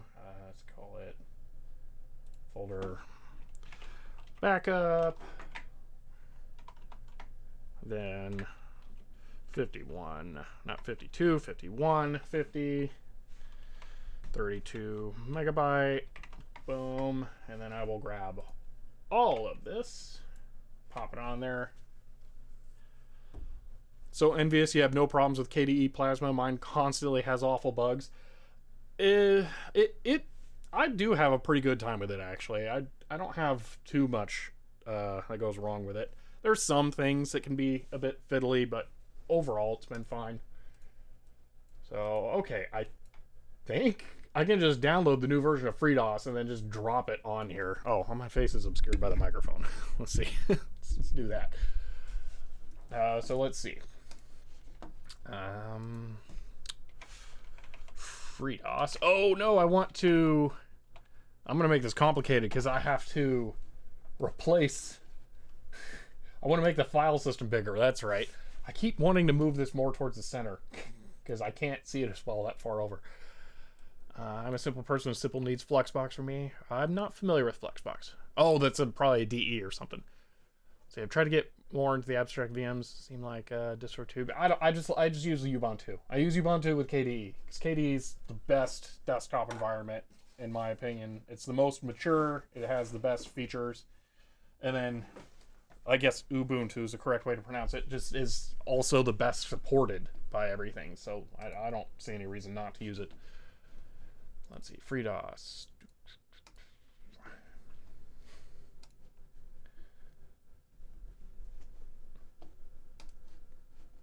Okay.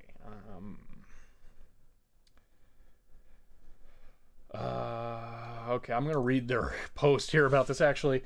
So new kernel, and an 8086 version with FAT32 support. That is exactly what I'm looking for. That is really impressive because they have to do so much work in the background to make the system that is 8 bits at nature support that complicated file system.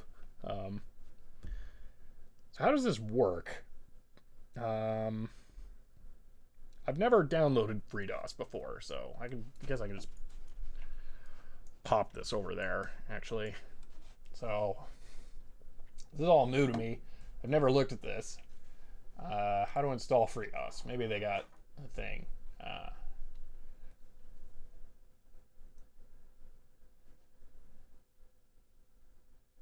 They have a hole in. Oh, that's a CD-ROM. Okay, I don't need that.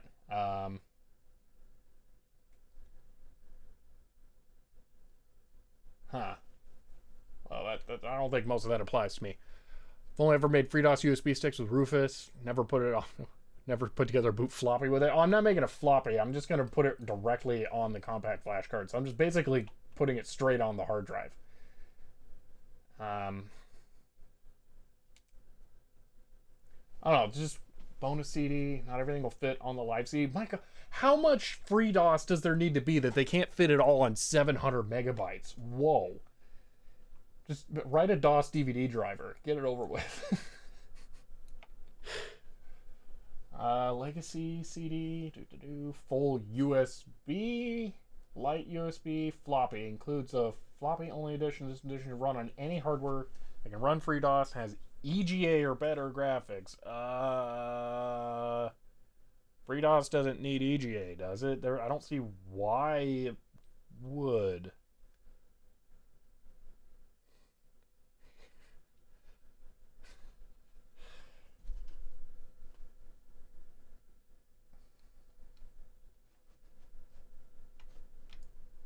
I don't know. Maybe I do need to do some more research on this.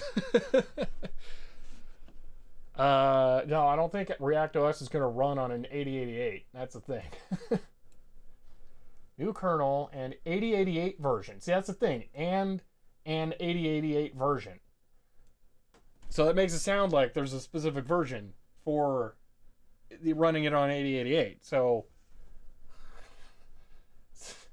what do I need?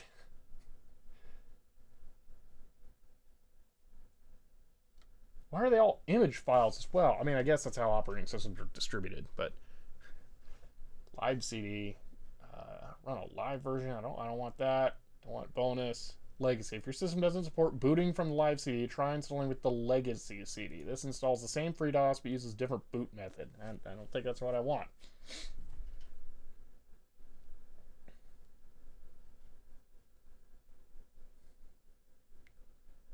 Yeah. The EGA line, that really bothers me though. Why is it EGA? Because this is CGA. If it really needs EGA, then it's not going to run on this thing. I could go grab an EGA card and set it to work with the 5153, but that's not...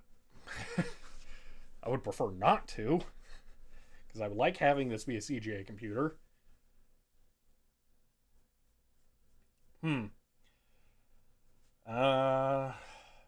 Yeah, maybe this is something where I should spend some time off stream and research it. Unless you're going to put it in a system that has those other boot methods and install it on the CF in those systems, yeah. Check the files in the archive page. There might be more in there. Okay, I'll check that. That's a good call. Files archive. Oh, okay. Is it DOS? That seems like the whole thing. Distributions, 1.3 official. That's all the same options. I suggest trying to install it via Qemu and then just boot into it. Maybe only the installer needs EGA and the actual OS is agnostic. Check 1.2. Well, the whole point, FlareSpire, is to get the FAT32 support. That's the only reason I want it.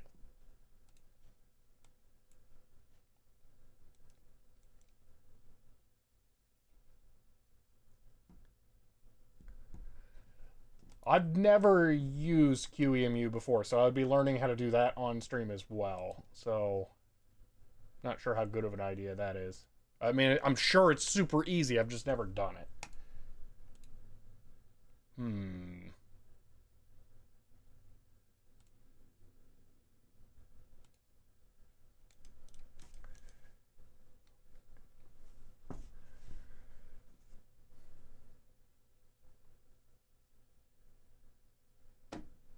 Well, that does make it sound pretty darn easy. All right.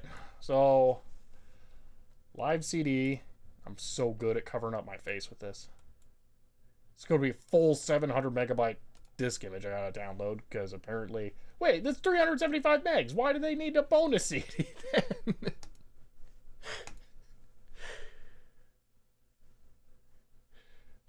Alright, whatever. I'll need to unmount that. And I need to install Qemu. Sudo apt install QEMU. That's a zip though. I don't think they're getting that much space back. What do I want? Do I just need plain or something fancy? Probably just plain and it installs all the other stuff. Alright, let's do this.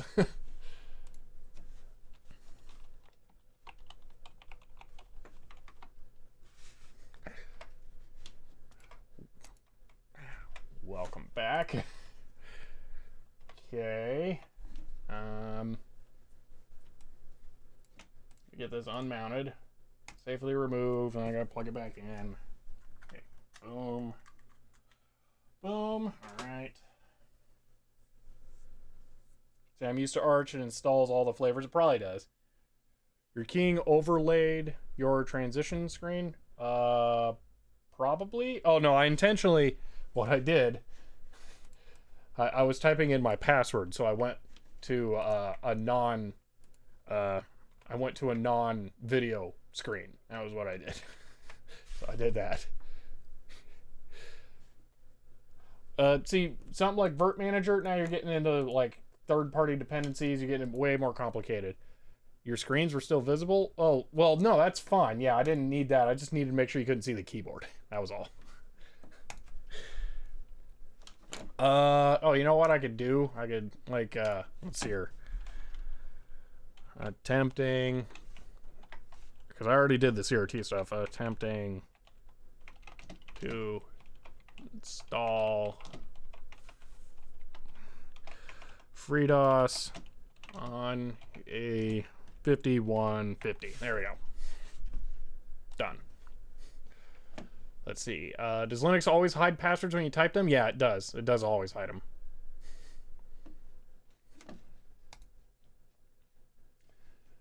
Okay, so now I will go to, where to go? Downloads, most likely. Yeah, that. Okay. Extract.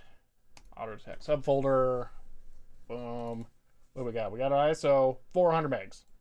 And a boot image. Okay, am I going to need both of these? Okay, DOS compatible system, Intel BIOS, or UEFI. So weird to see DOS with UEFI support. All right. I'm just gonna Control F, 8086. Okay. There is something to it. Okay. For this release, the installer will assume that the hardware has a 3-6 CPU or better. When launching setup.bat installer, you can override the CPU detection by adding an option. Okay. To force a specific. Okay, so I will have to do that. Seems like the 8086 version is completely different. Okay, that makes sense because just Didn't seem like what I wanted was there. Let's look at this. Just go ahead and do this. There. Wait, why is the... No. Actually, I kind of like that. Let's go with that. It looks weird, but maybe it's fine. Okay. FreeDOS kernel 243. Yada yada. x86 builds. FAT30.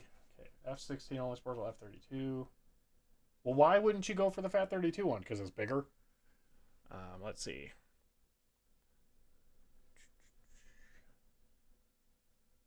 Yeah, accidental feature, transparent windows. Ooh, I like that. I guess a like this. So I wonder what this will be. Save.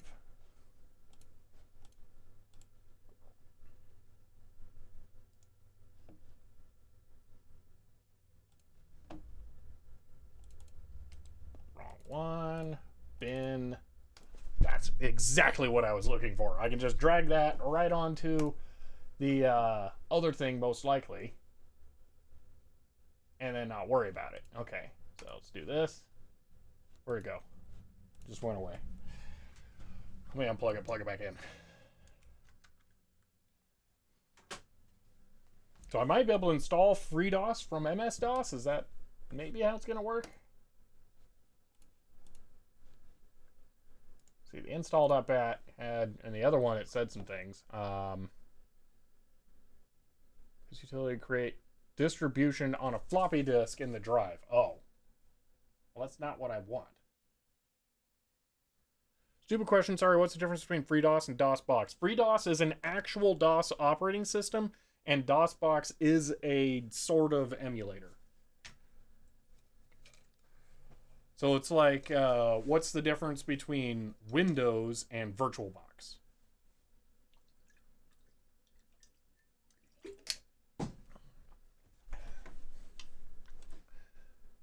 Okay, so I don't think I want to run the installer. There's an autoexe c.bat. Let's open that, see what's in that. Welcome to FreeDOS, path A. Well, that didn't do anything. Is that for kernel.sys? Is kernel.sys like the thing? Because what's it going to run? There's no command com. That's one thing I don't really understand how, like, the boot flag on a boot drive, how that actually works and starts the thing, because it seems like it always runs command com. So does the system just know to look for a file called command com, or is command com first? I don't get it. So will it run kernel.sys instead?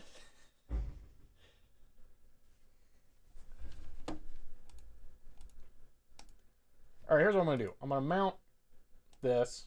Just going to copy all that right there, overwrite anything. It's probably not going to work. Overwrite. Use x86. Well, that's the thing. The installer wants to make a floppy disk, it said. So install.bat, and there's nowhere. Where do you put the 8088 flag or 8086 flag? There's nowhere where it's saying that, and it's just copying these files to the floppy disk. So I feel like if I just copy those onto my compact flash card, it'll just boot that. Not that GitHub file, the from the website. You should grab the floppy version.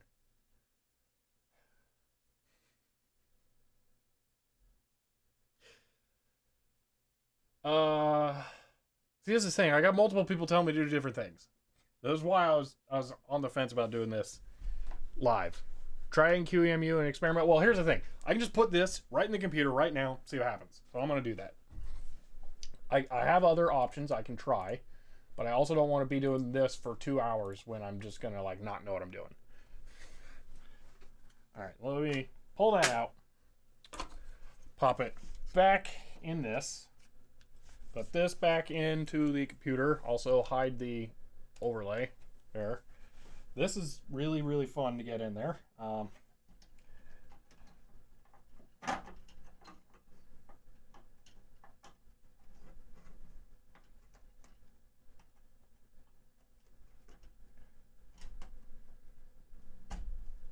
There we are.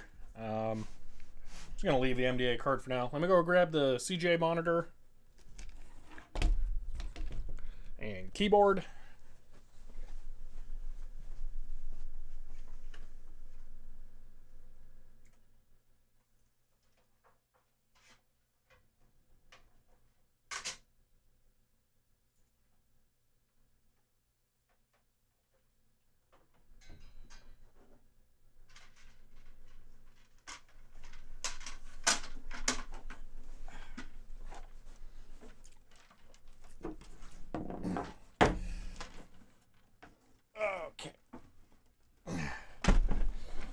Stupid little plastic caps. One of them's broken on mine. It falls off every time.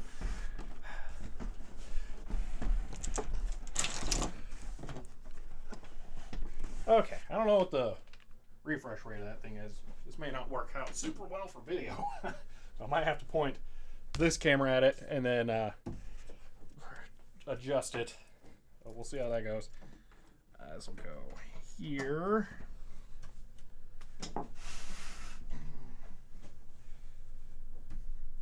Don't need that.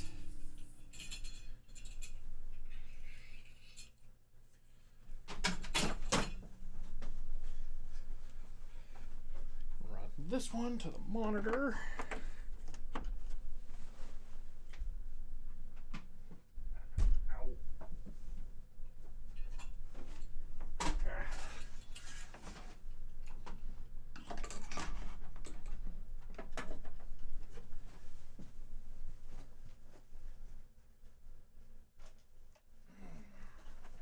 Bucktooth keyboard.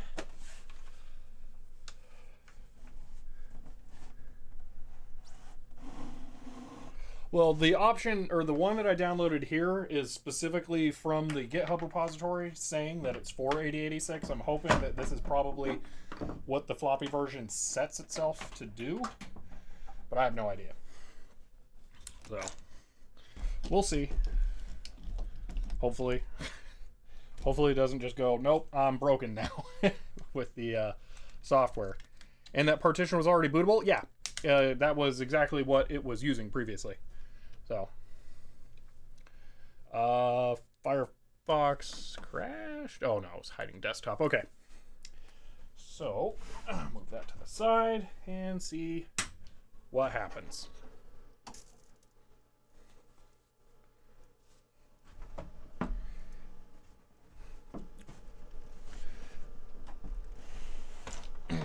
Those lights reflecting are really bad.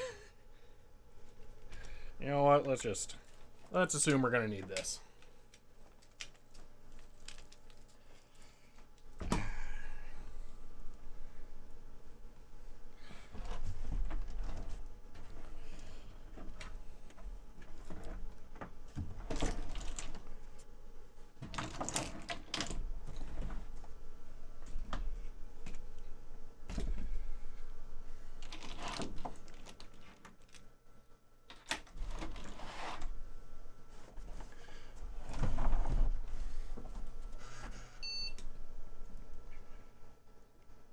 Okay, XTIDE did something. Let's see if it'll boot. Unrecognized command and config sys. Booted FreeDOS.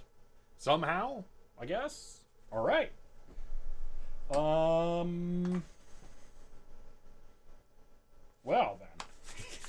then. Intriguing. So that just worked.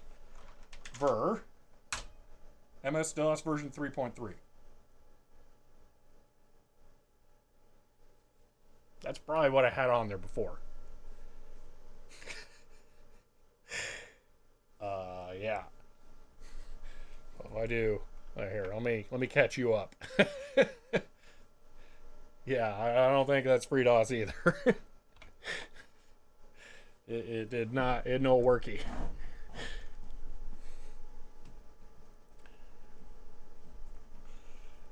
Okay. Next steps. Make it work. So, all right, what do we got? What do we? It probably. Yeah, I think no, it changed my. I overwrote my auto exe. Okay, that kind of sucks. So edit. .oexec.bat. Boom. I bet this is just what says FreeDOS. I don't have edit because this is DOS 3.3. Okay, fair enough. Abort.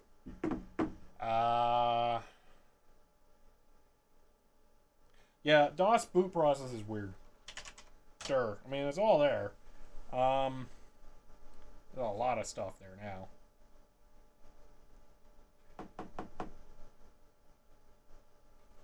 Yeah, for giggles, let me grab a... Well, let me see if I can find a blank disk and then run the install.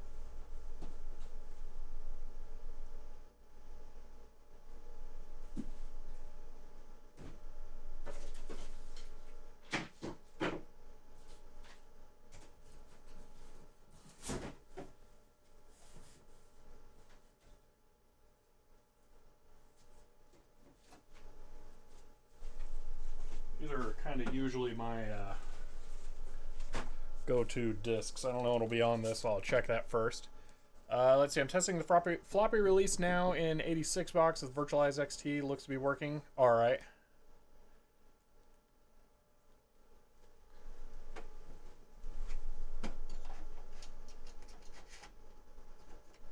See what's on here, if it's even PC formatted.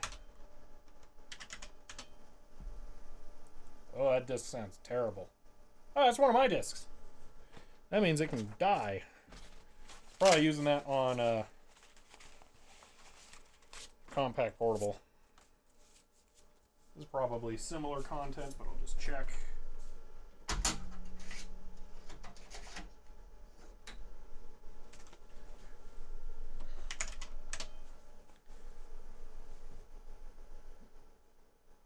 I don't think that one's going to work. Okay. We'll format this disk, and then I'm going to run the installer and see what happens.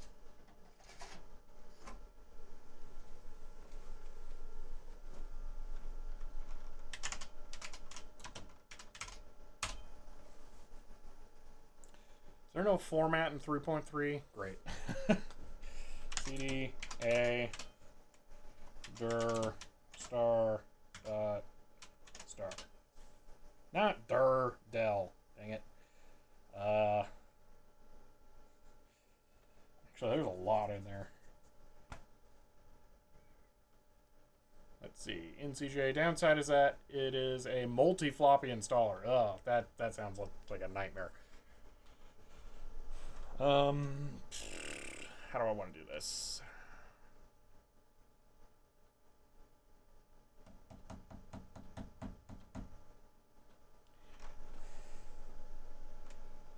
There is no, like, recursive del in this ancient version of DOS. At least I don't think. Yeah, left all the directories.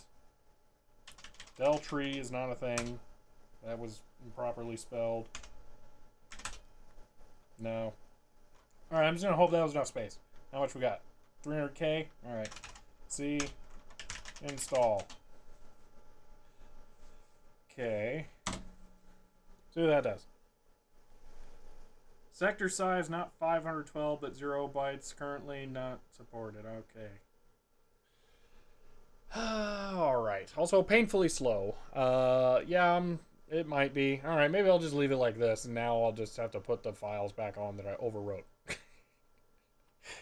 I'm pretty sure this is something where I'm going to need to spend a little more time doing some research, because, yeah.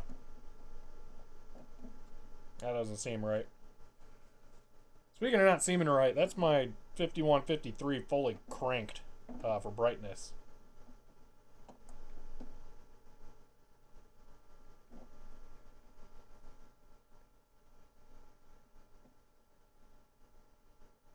Might have a recap, complete recap on this thing in the future.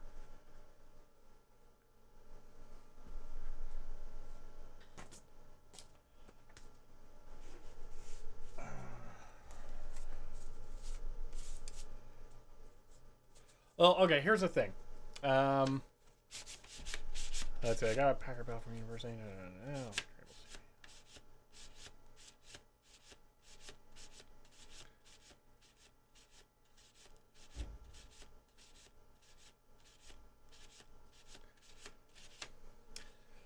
Okay.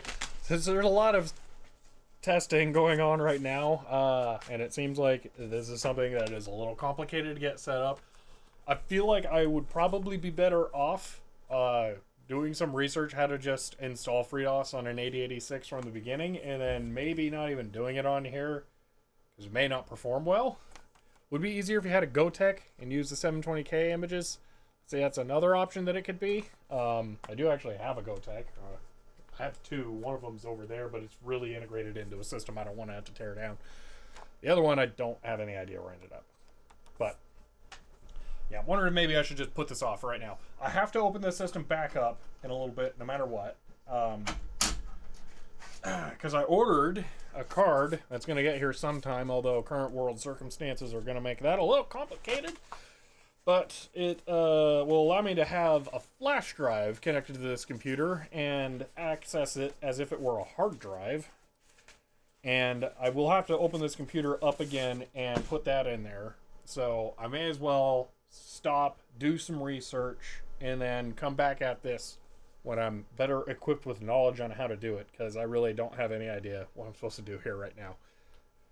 Posted it running on the Discord. Okay, thanks. Yeah, if you guys want to put down what you learn about it, you can do it in the Discord server. That would be helpful. So I appreciate that. Again, Qemu. Yeah, I know. Boot the CD, install it straight to the CF card. I understand. It's just if it doesn't work or it sucks, then I've locked down this computer into something where I got to start from scratch on it again, and I don't think I'm ready to commit to that at this point. So I think I should probably stop. I mean, let me see. Because I don't have a lot of compact flash cards at my disposal.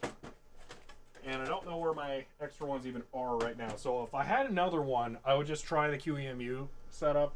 But I don't want to nuke the only bootable card I have right now. And right now I will actually turn this off, pull out the card.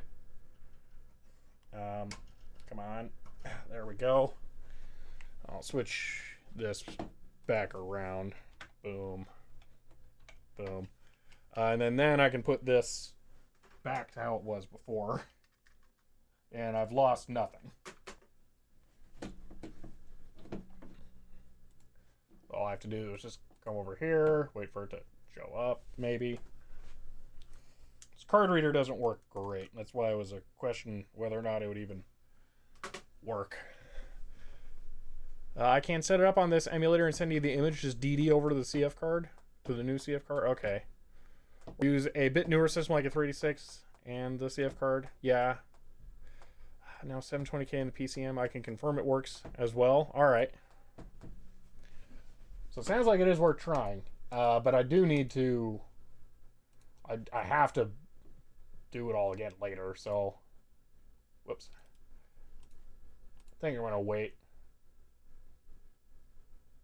Where did I put it? Back up. Bingo. Okay, just grab these. That's all I care about. Overwrite. Overwrite.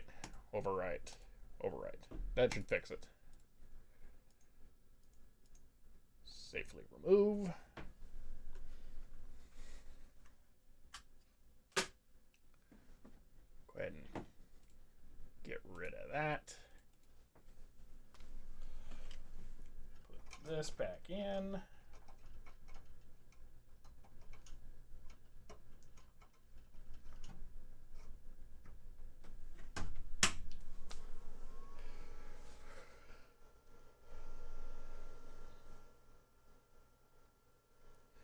Because it's actually kind of a whole thing to get a DOS installed on to one of these and format the card properly. You would think that you can just like re-image the drive, but for some reason you can't. The way that this system boots when it's starting out, it looks for stuff at the very beginning of the image or of the drive, and then it will use that to determine what to boot from. I don't know how to explain it, but there's a utility called wipe disk that I've used a lot, and it just fixes it. I'm wondering if maybe that was actually what that disk was in here that didn't work. That was a dedicated wipe disk, if I remember correctly. Because every time I've tried to install a an operating system on an XT IDE. It has given me some amount of trouble. And that's why I actually made the video about how to do the install for XT IDE on DOS, because it is such a pain. So that's part of why I'm thinking maybe I should take a step back and learn a couple of things, because booting it in an emulator is one thing, but then getting it to work on the actual hardware is another.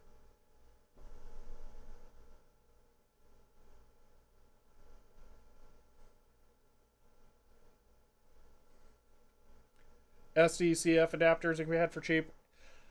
I've heard bad things about those, that they can have weird BIOS or voltage issues. And then the other thing is that it's compact flash cards specifically that support IDE mode, and those SD adapters don't necessarily. That's why you get something like one of these. This is a compact flash IDE adapter. I don't think that that card's gonna boot now. Or it's gonna take... I think it got nuked. Dang it. I thought I was safe doing what I did. That's annoying. Anyway, you gotta use one of these because the chip on it translates the SD card to actual IDE, as opposed to the other ones, which translates it to the compact flash interface instead of the IDE interface. I know that's not CF. I'm saying actual compact flash cards, especially early ones, have an 8-bit IDE mode, and that particular adapter uses the 8-bit IDE mode to connect the compact flash card data-wise directly to the ISA bus. It has buffer chips to correct the voltages, but that's how it's working. So an SD to compact flash card adapter probably doesn't support the 8-bit IDE mode, because it's not needed by most things. Like a camera that uses compact flash does not use the IDE interface. So it probably doesn't work. Just like this, I think, no longer boots. Alright. Okay, since it's broken, I'll try Qemu. I have nothing to lose. It is a question of how complete the adapter is. I know that's what I'm saying, and I doubt that it has IDE mode. I very much doubt, but that they also have voltage level issues. From what I understand, I have not personally tried one. Let's see, I got an accelerator on my Amiga that uses CF cards because of the IDE mode, like you mentioned. Yeah. Okay. Let's figure this out. I'll go back to here, and then there. Let the fun begin.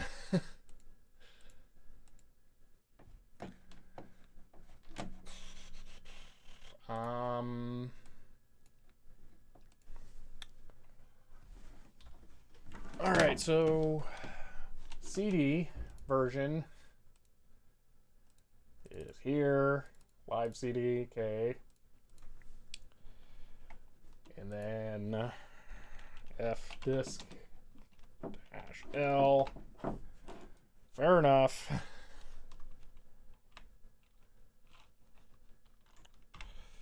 Sudo. Bingo. Gotta do that.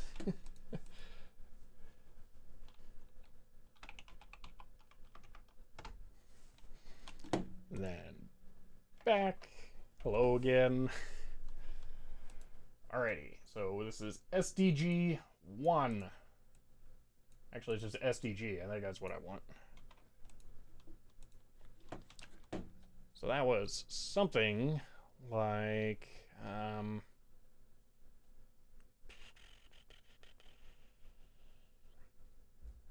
know, I'm just going to man Qemu, see what it says. Man Q... okay, apparently Qemu doesn't have a man page.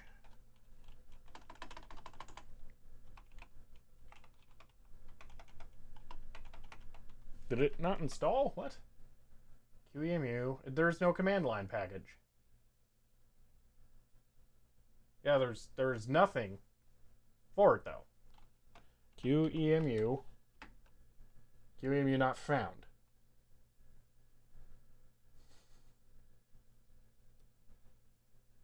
Yeah, but I'm saying that there's nothing. I try and tab complete. There is nothing.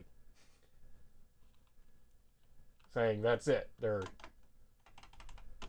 If I do all of the Q-based packages, Qemu is not there.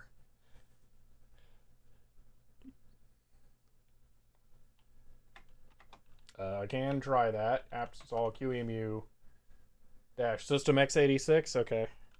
System dash x86. Oh, really? Again? Man, thing with the passwords. Jeez.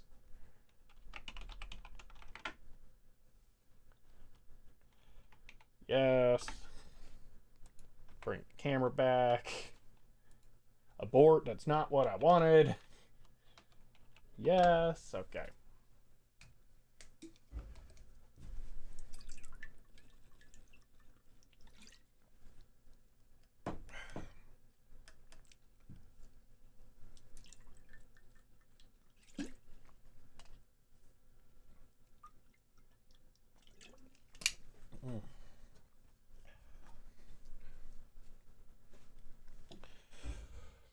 All right, maybe now this will work. Qemu. Okay. System i386 Qemu dash system i386, and then I should man that. Man. I should have a space between that and man. Alrighty.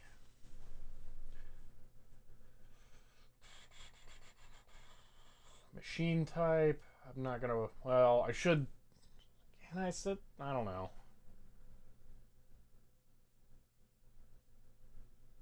CPU model. Excel. Numa mode. Man, fancy. Add FD. Set global boot. Specifying boot order. Wow. This is really complicated. What was recommended here? Let me look back at the comments.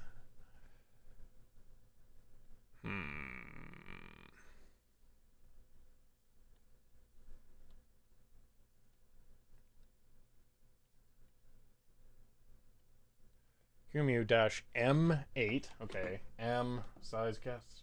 RAM. Okay, so. Okay. And then HDA and CD-ROM. Okay. I'm just gonna do HDA. Boom. Next. HDA file. Oh, okay. I see what that's doing. Okay, and then CD-ROM file. Okay, so let's do this. Home. Okay. 8 megs is a lot of RAM, but okay. Then is it dash HDA? Or is it dash HDA? I don't like that, but okay. That. And then, oh, hold on, I'm scrolled away from chat. Bingo. CPU to, oh, okay. I will set that. Dash CD-ROM to FD13L. Dash CPU 100, no, 8086. That's not set. Okay, see what that does. Permission denied. Okay. Sudo. Image format not specified. Guessing probe guess raw. Automatically detecting the format is dangerous for raw images. Write operations. Unable to find CPU model 8086. Oh. Okay. Go back to man. CPU. Is it 8088? CPU dash help. Okay.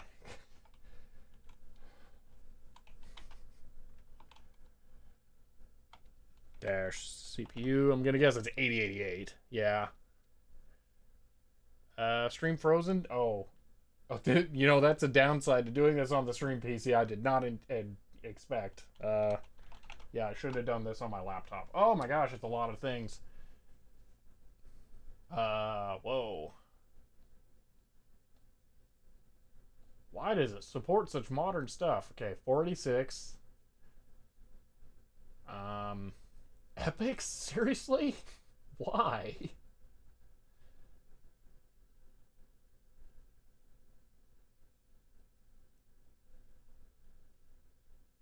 I don't see 8086 as an option.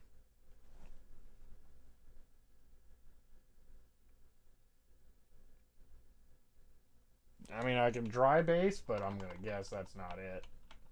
Actually, I'm just going to not specify. We'll just see what happens. They're not open SDG. Is the adapter not working?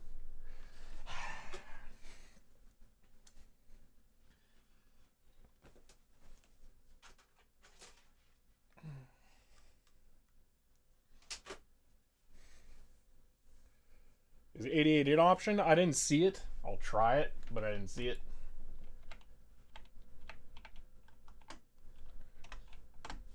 No, I'm just going to have no CPU flag. Alright, booting from hard disk. Well, that's not going to work. There's a reason I specified the CD-ROM. Okay. Dash FD, an option A. FD13, boot. Okay. Booting from a hard disk. Seriously, why? If I specified a floppy drive, I probably wanted to boot from it. That should be implicit. Dash boot A. No involved boot device. A. Okay. CD-ROM is this. All right, we're doing things. It's all black though, because the stuff, the chroma key. Okay. There we go. What is your preferred language? Hold on. You need to specify. I think you need to specify the drives in. Okay. Well, here's the thing. This is no longer going to install the 8086 version. So now I got to figure out how to do that. README. Like, I have to modify the install.bat? Can I do that in the booted image? I bet I can. Oh, that's right. This file's huge. No, it isn't. It's right there. Okay, launching setup.bat install. You can override the CPU protection by adding an option, like 8086. Okay, so I just need to relaunch setup with 8086. Is that it? So setup.bat 8086. Is that it?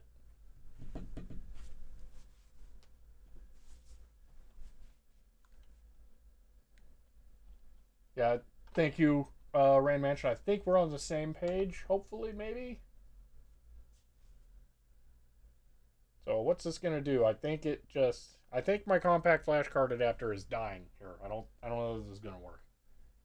Because the disk just showed back up in KDE. If this doesn't work, I'll send you the FreeDOS image. Oh, that would make more sense if it was a flag. But I think the drive adapter stopped working. Where's my mouse? Is my mouse trapped in... I think my mouse is trapped in FreeDOS. Or Qemu. Why is it paused? Press Ctrl-G to release grab. No, but why is Qemu paused?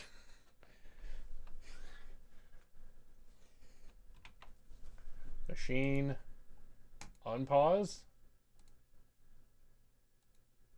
Why is it paused? I think the disk.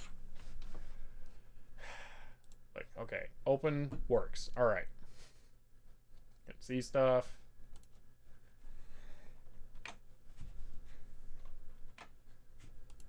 Power down. Phew! Oh man. Try this again. I bet it won't work. Yeah.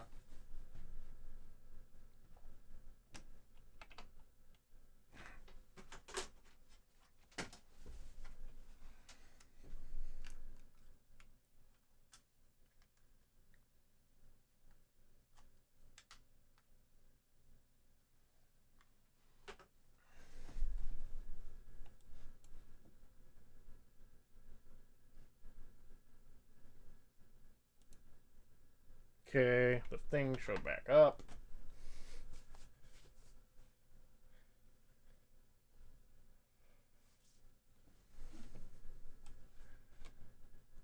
Guess I can get rid of the GitHub page. Thank you for the 10 bits, G5. Think you might need to install a specific package for Qemu to do 8086 stuff. Might be why it faulted. I think it faulted because the compact flash adapter stopped working. Return to DOS. I really think that it's broken. C. Dir. Okay, well, that stuff shows up. Alright. A. Setup. 8086. Try that. Boom. Yes. So I'm going to leave. Actually, you can't see the drive there anymore. Yeah. And then it came back. I really think the compact flash adapter is busted. And I don't know in what weird way it is, because it keeps resetting.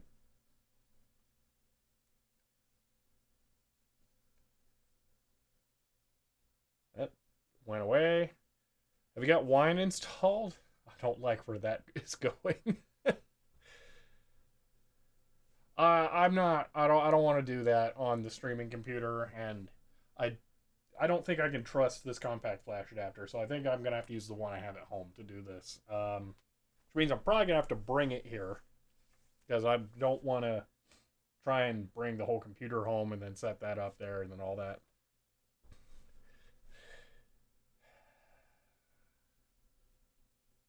All right, I appreciate that. Thank you. Because, yeah, I'm not sure what's going on with this. I think it wants to be a royal pain.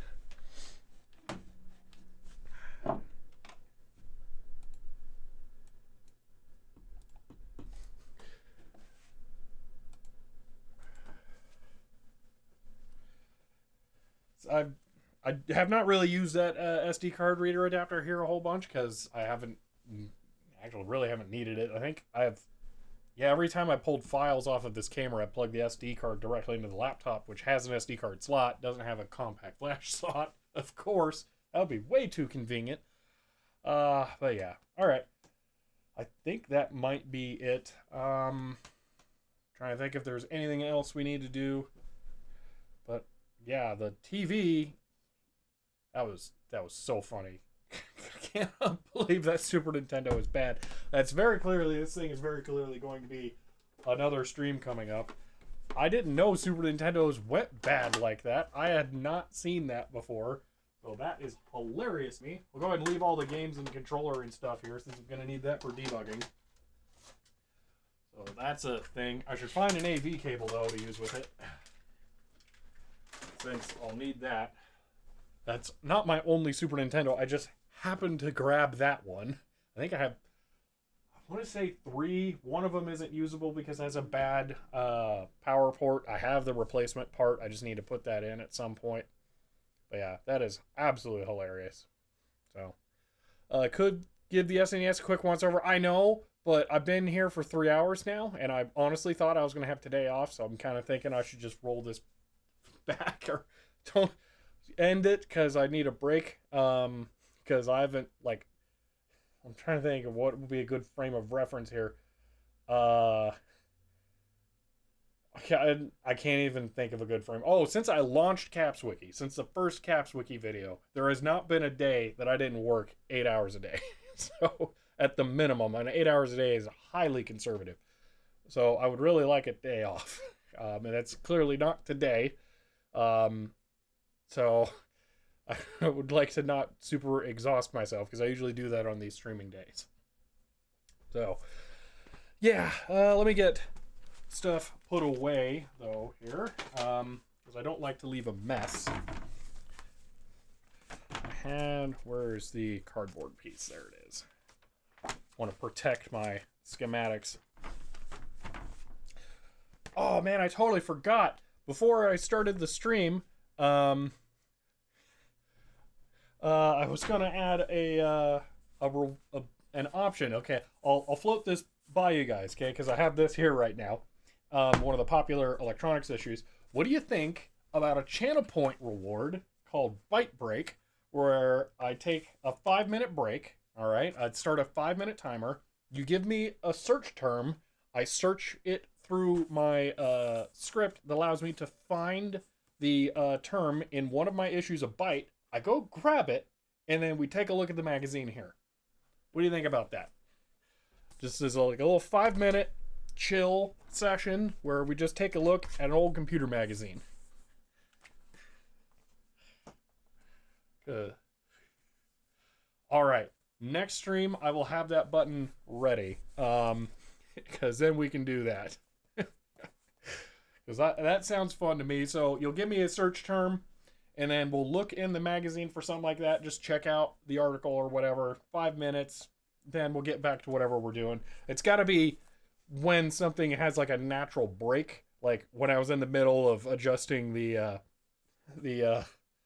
levels for the CRT, that would be that would be the wrong time to do it.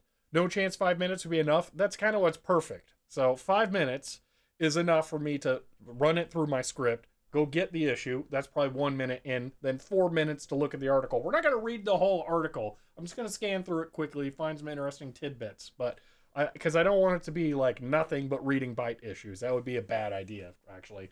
So it's just a little taste, kind of just quick little break from whatever we're working on, refresh, that's what I'm thinking.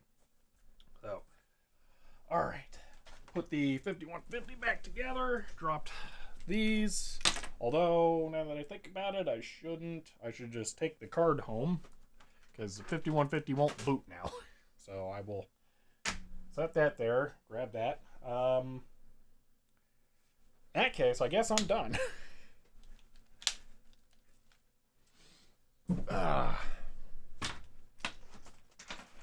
So all right, go ahead and wrap this up. We got the TV calibrated by calibrating the source. Although honestly, the leader pattern generator there, that thing was kind of a hero. I was not expecting that to be quite so handy.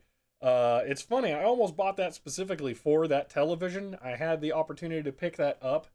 Oh yeah, Capswiki got a Hackaday article. If you guys read Hackaday, that was pretty cool. But yeah, I picked up the leader pattern generator pretty much exclusively to calibrate that Sony television, and it didn't even need it. I mean, it probably helped. I really liked being able to put the crosshatch on there and tune to that. The way that it did it was almost too easy. So yeah. 6126 channel points already? Ooh, interesting. You get more channel points when you're subscribed. So I think you've been subscribed for a couple of streams here. So that will help for sure. So, yeah, I really like that leader pattern generator. I look forward to having more uses for it because that thing rocked. I don't know what else I'll use it for, though, because it's for calibrating TVs, and that's what I did. Now I don't need to. So it looks like everyone's in the low thousands after I've been doing this for, I don't even know how many streams, a little over a month, twice a week.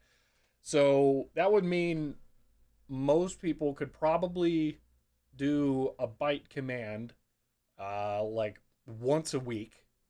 So the likelihood that people are going to do that, because I need to set the cost. I was thinking 1,000 bits, or not bits, 1,000 channel points, because it needs to be somewhat rare, because we can't just do nothing but Byte magazines the whole stream. I know that sounds fun. It also sounds like a good way of getting a copyright violation. I don't know. It's kind of weird.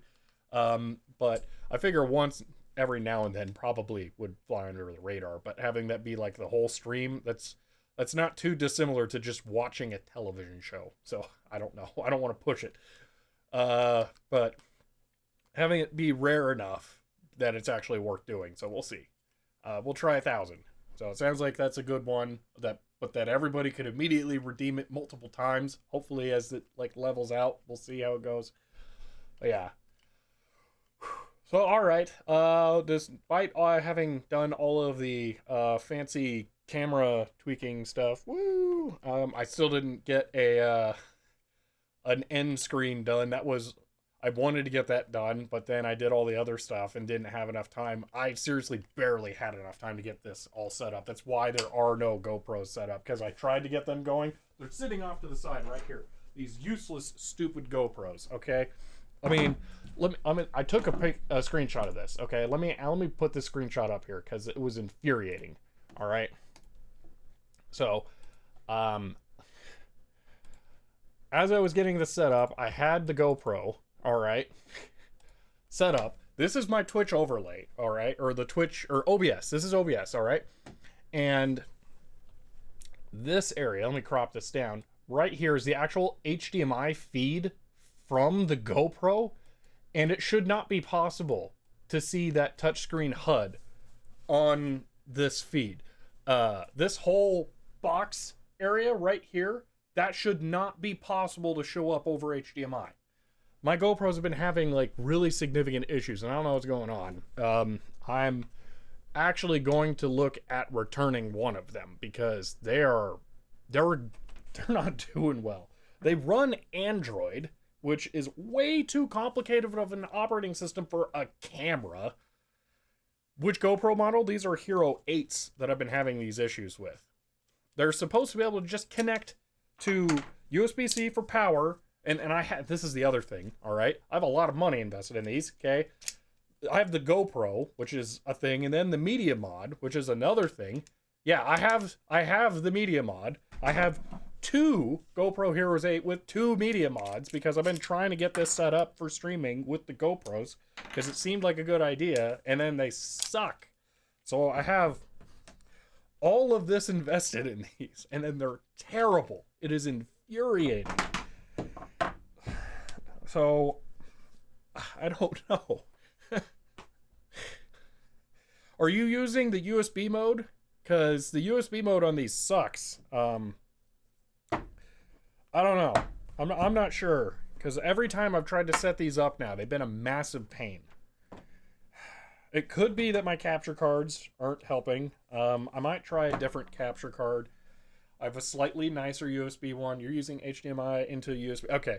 And yeah, that's what I'm doing too. But it's a nightmare. So I don't know. I might try a different capture card with these. But I'll only be able to do it with one. Because I'm using the good capture cards for the good cameras. So... yeah. Stream PC I want to put together will ultimately hopefully have a Blackmagic Duo, I think is the name of the card. Low profile.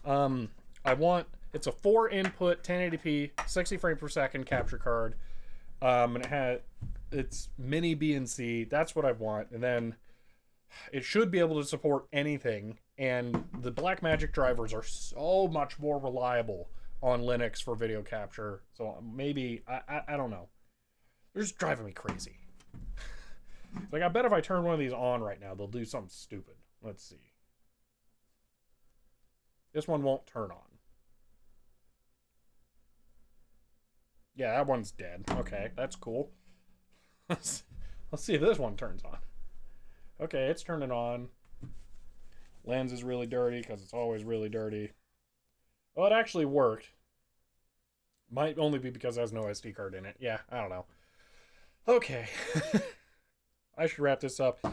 Hope you guys enjoyed this stream. It was a lot of fun. You guys gave me some great pointers, and we had a good laugh at how dumb I was for using the Super Nintendo that was bad, and assuming it was the television. I used a 2600 with that TV too, but apparently Combat isn't the most color accurate game to be judging a TV's calibration by, so that was my fault. So this whole stream we did not calibrate a TV and we did not install FreeDOS. Progress. But it was fun, and I'm glad you guys hung out with me here. So yeah. If you want to support the stream, you can sub, I guess. If you want to support the YouTube channel, you can buy a shirt. Yeah, minus 25% progress, pretty much. Yeah, I came into this with a TV that already worked, and now I have a Super Nintendo that doesn't. So, yeah, that is it for now, and I'll see you guys next time.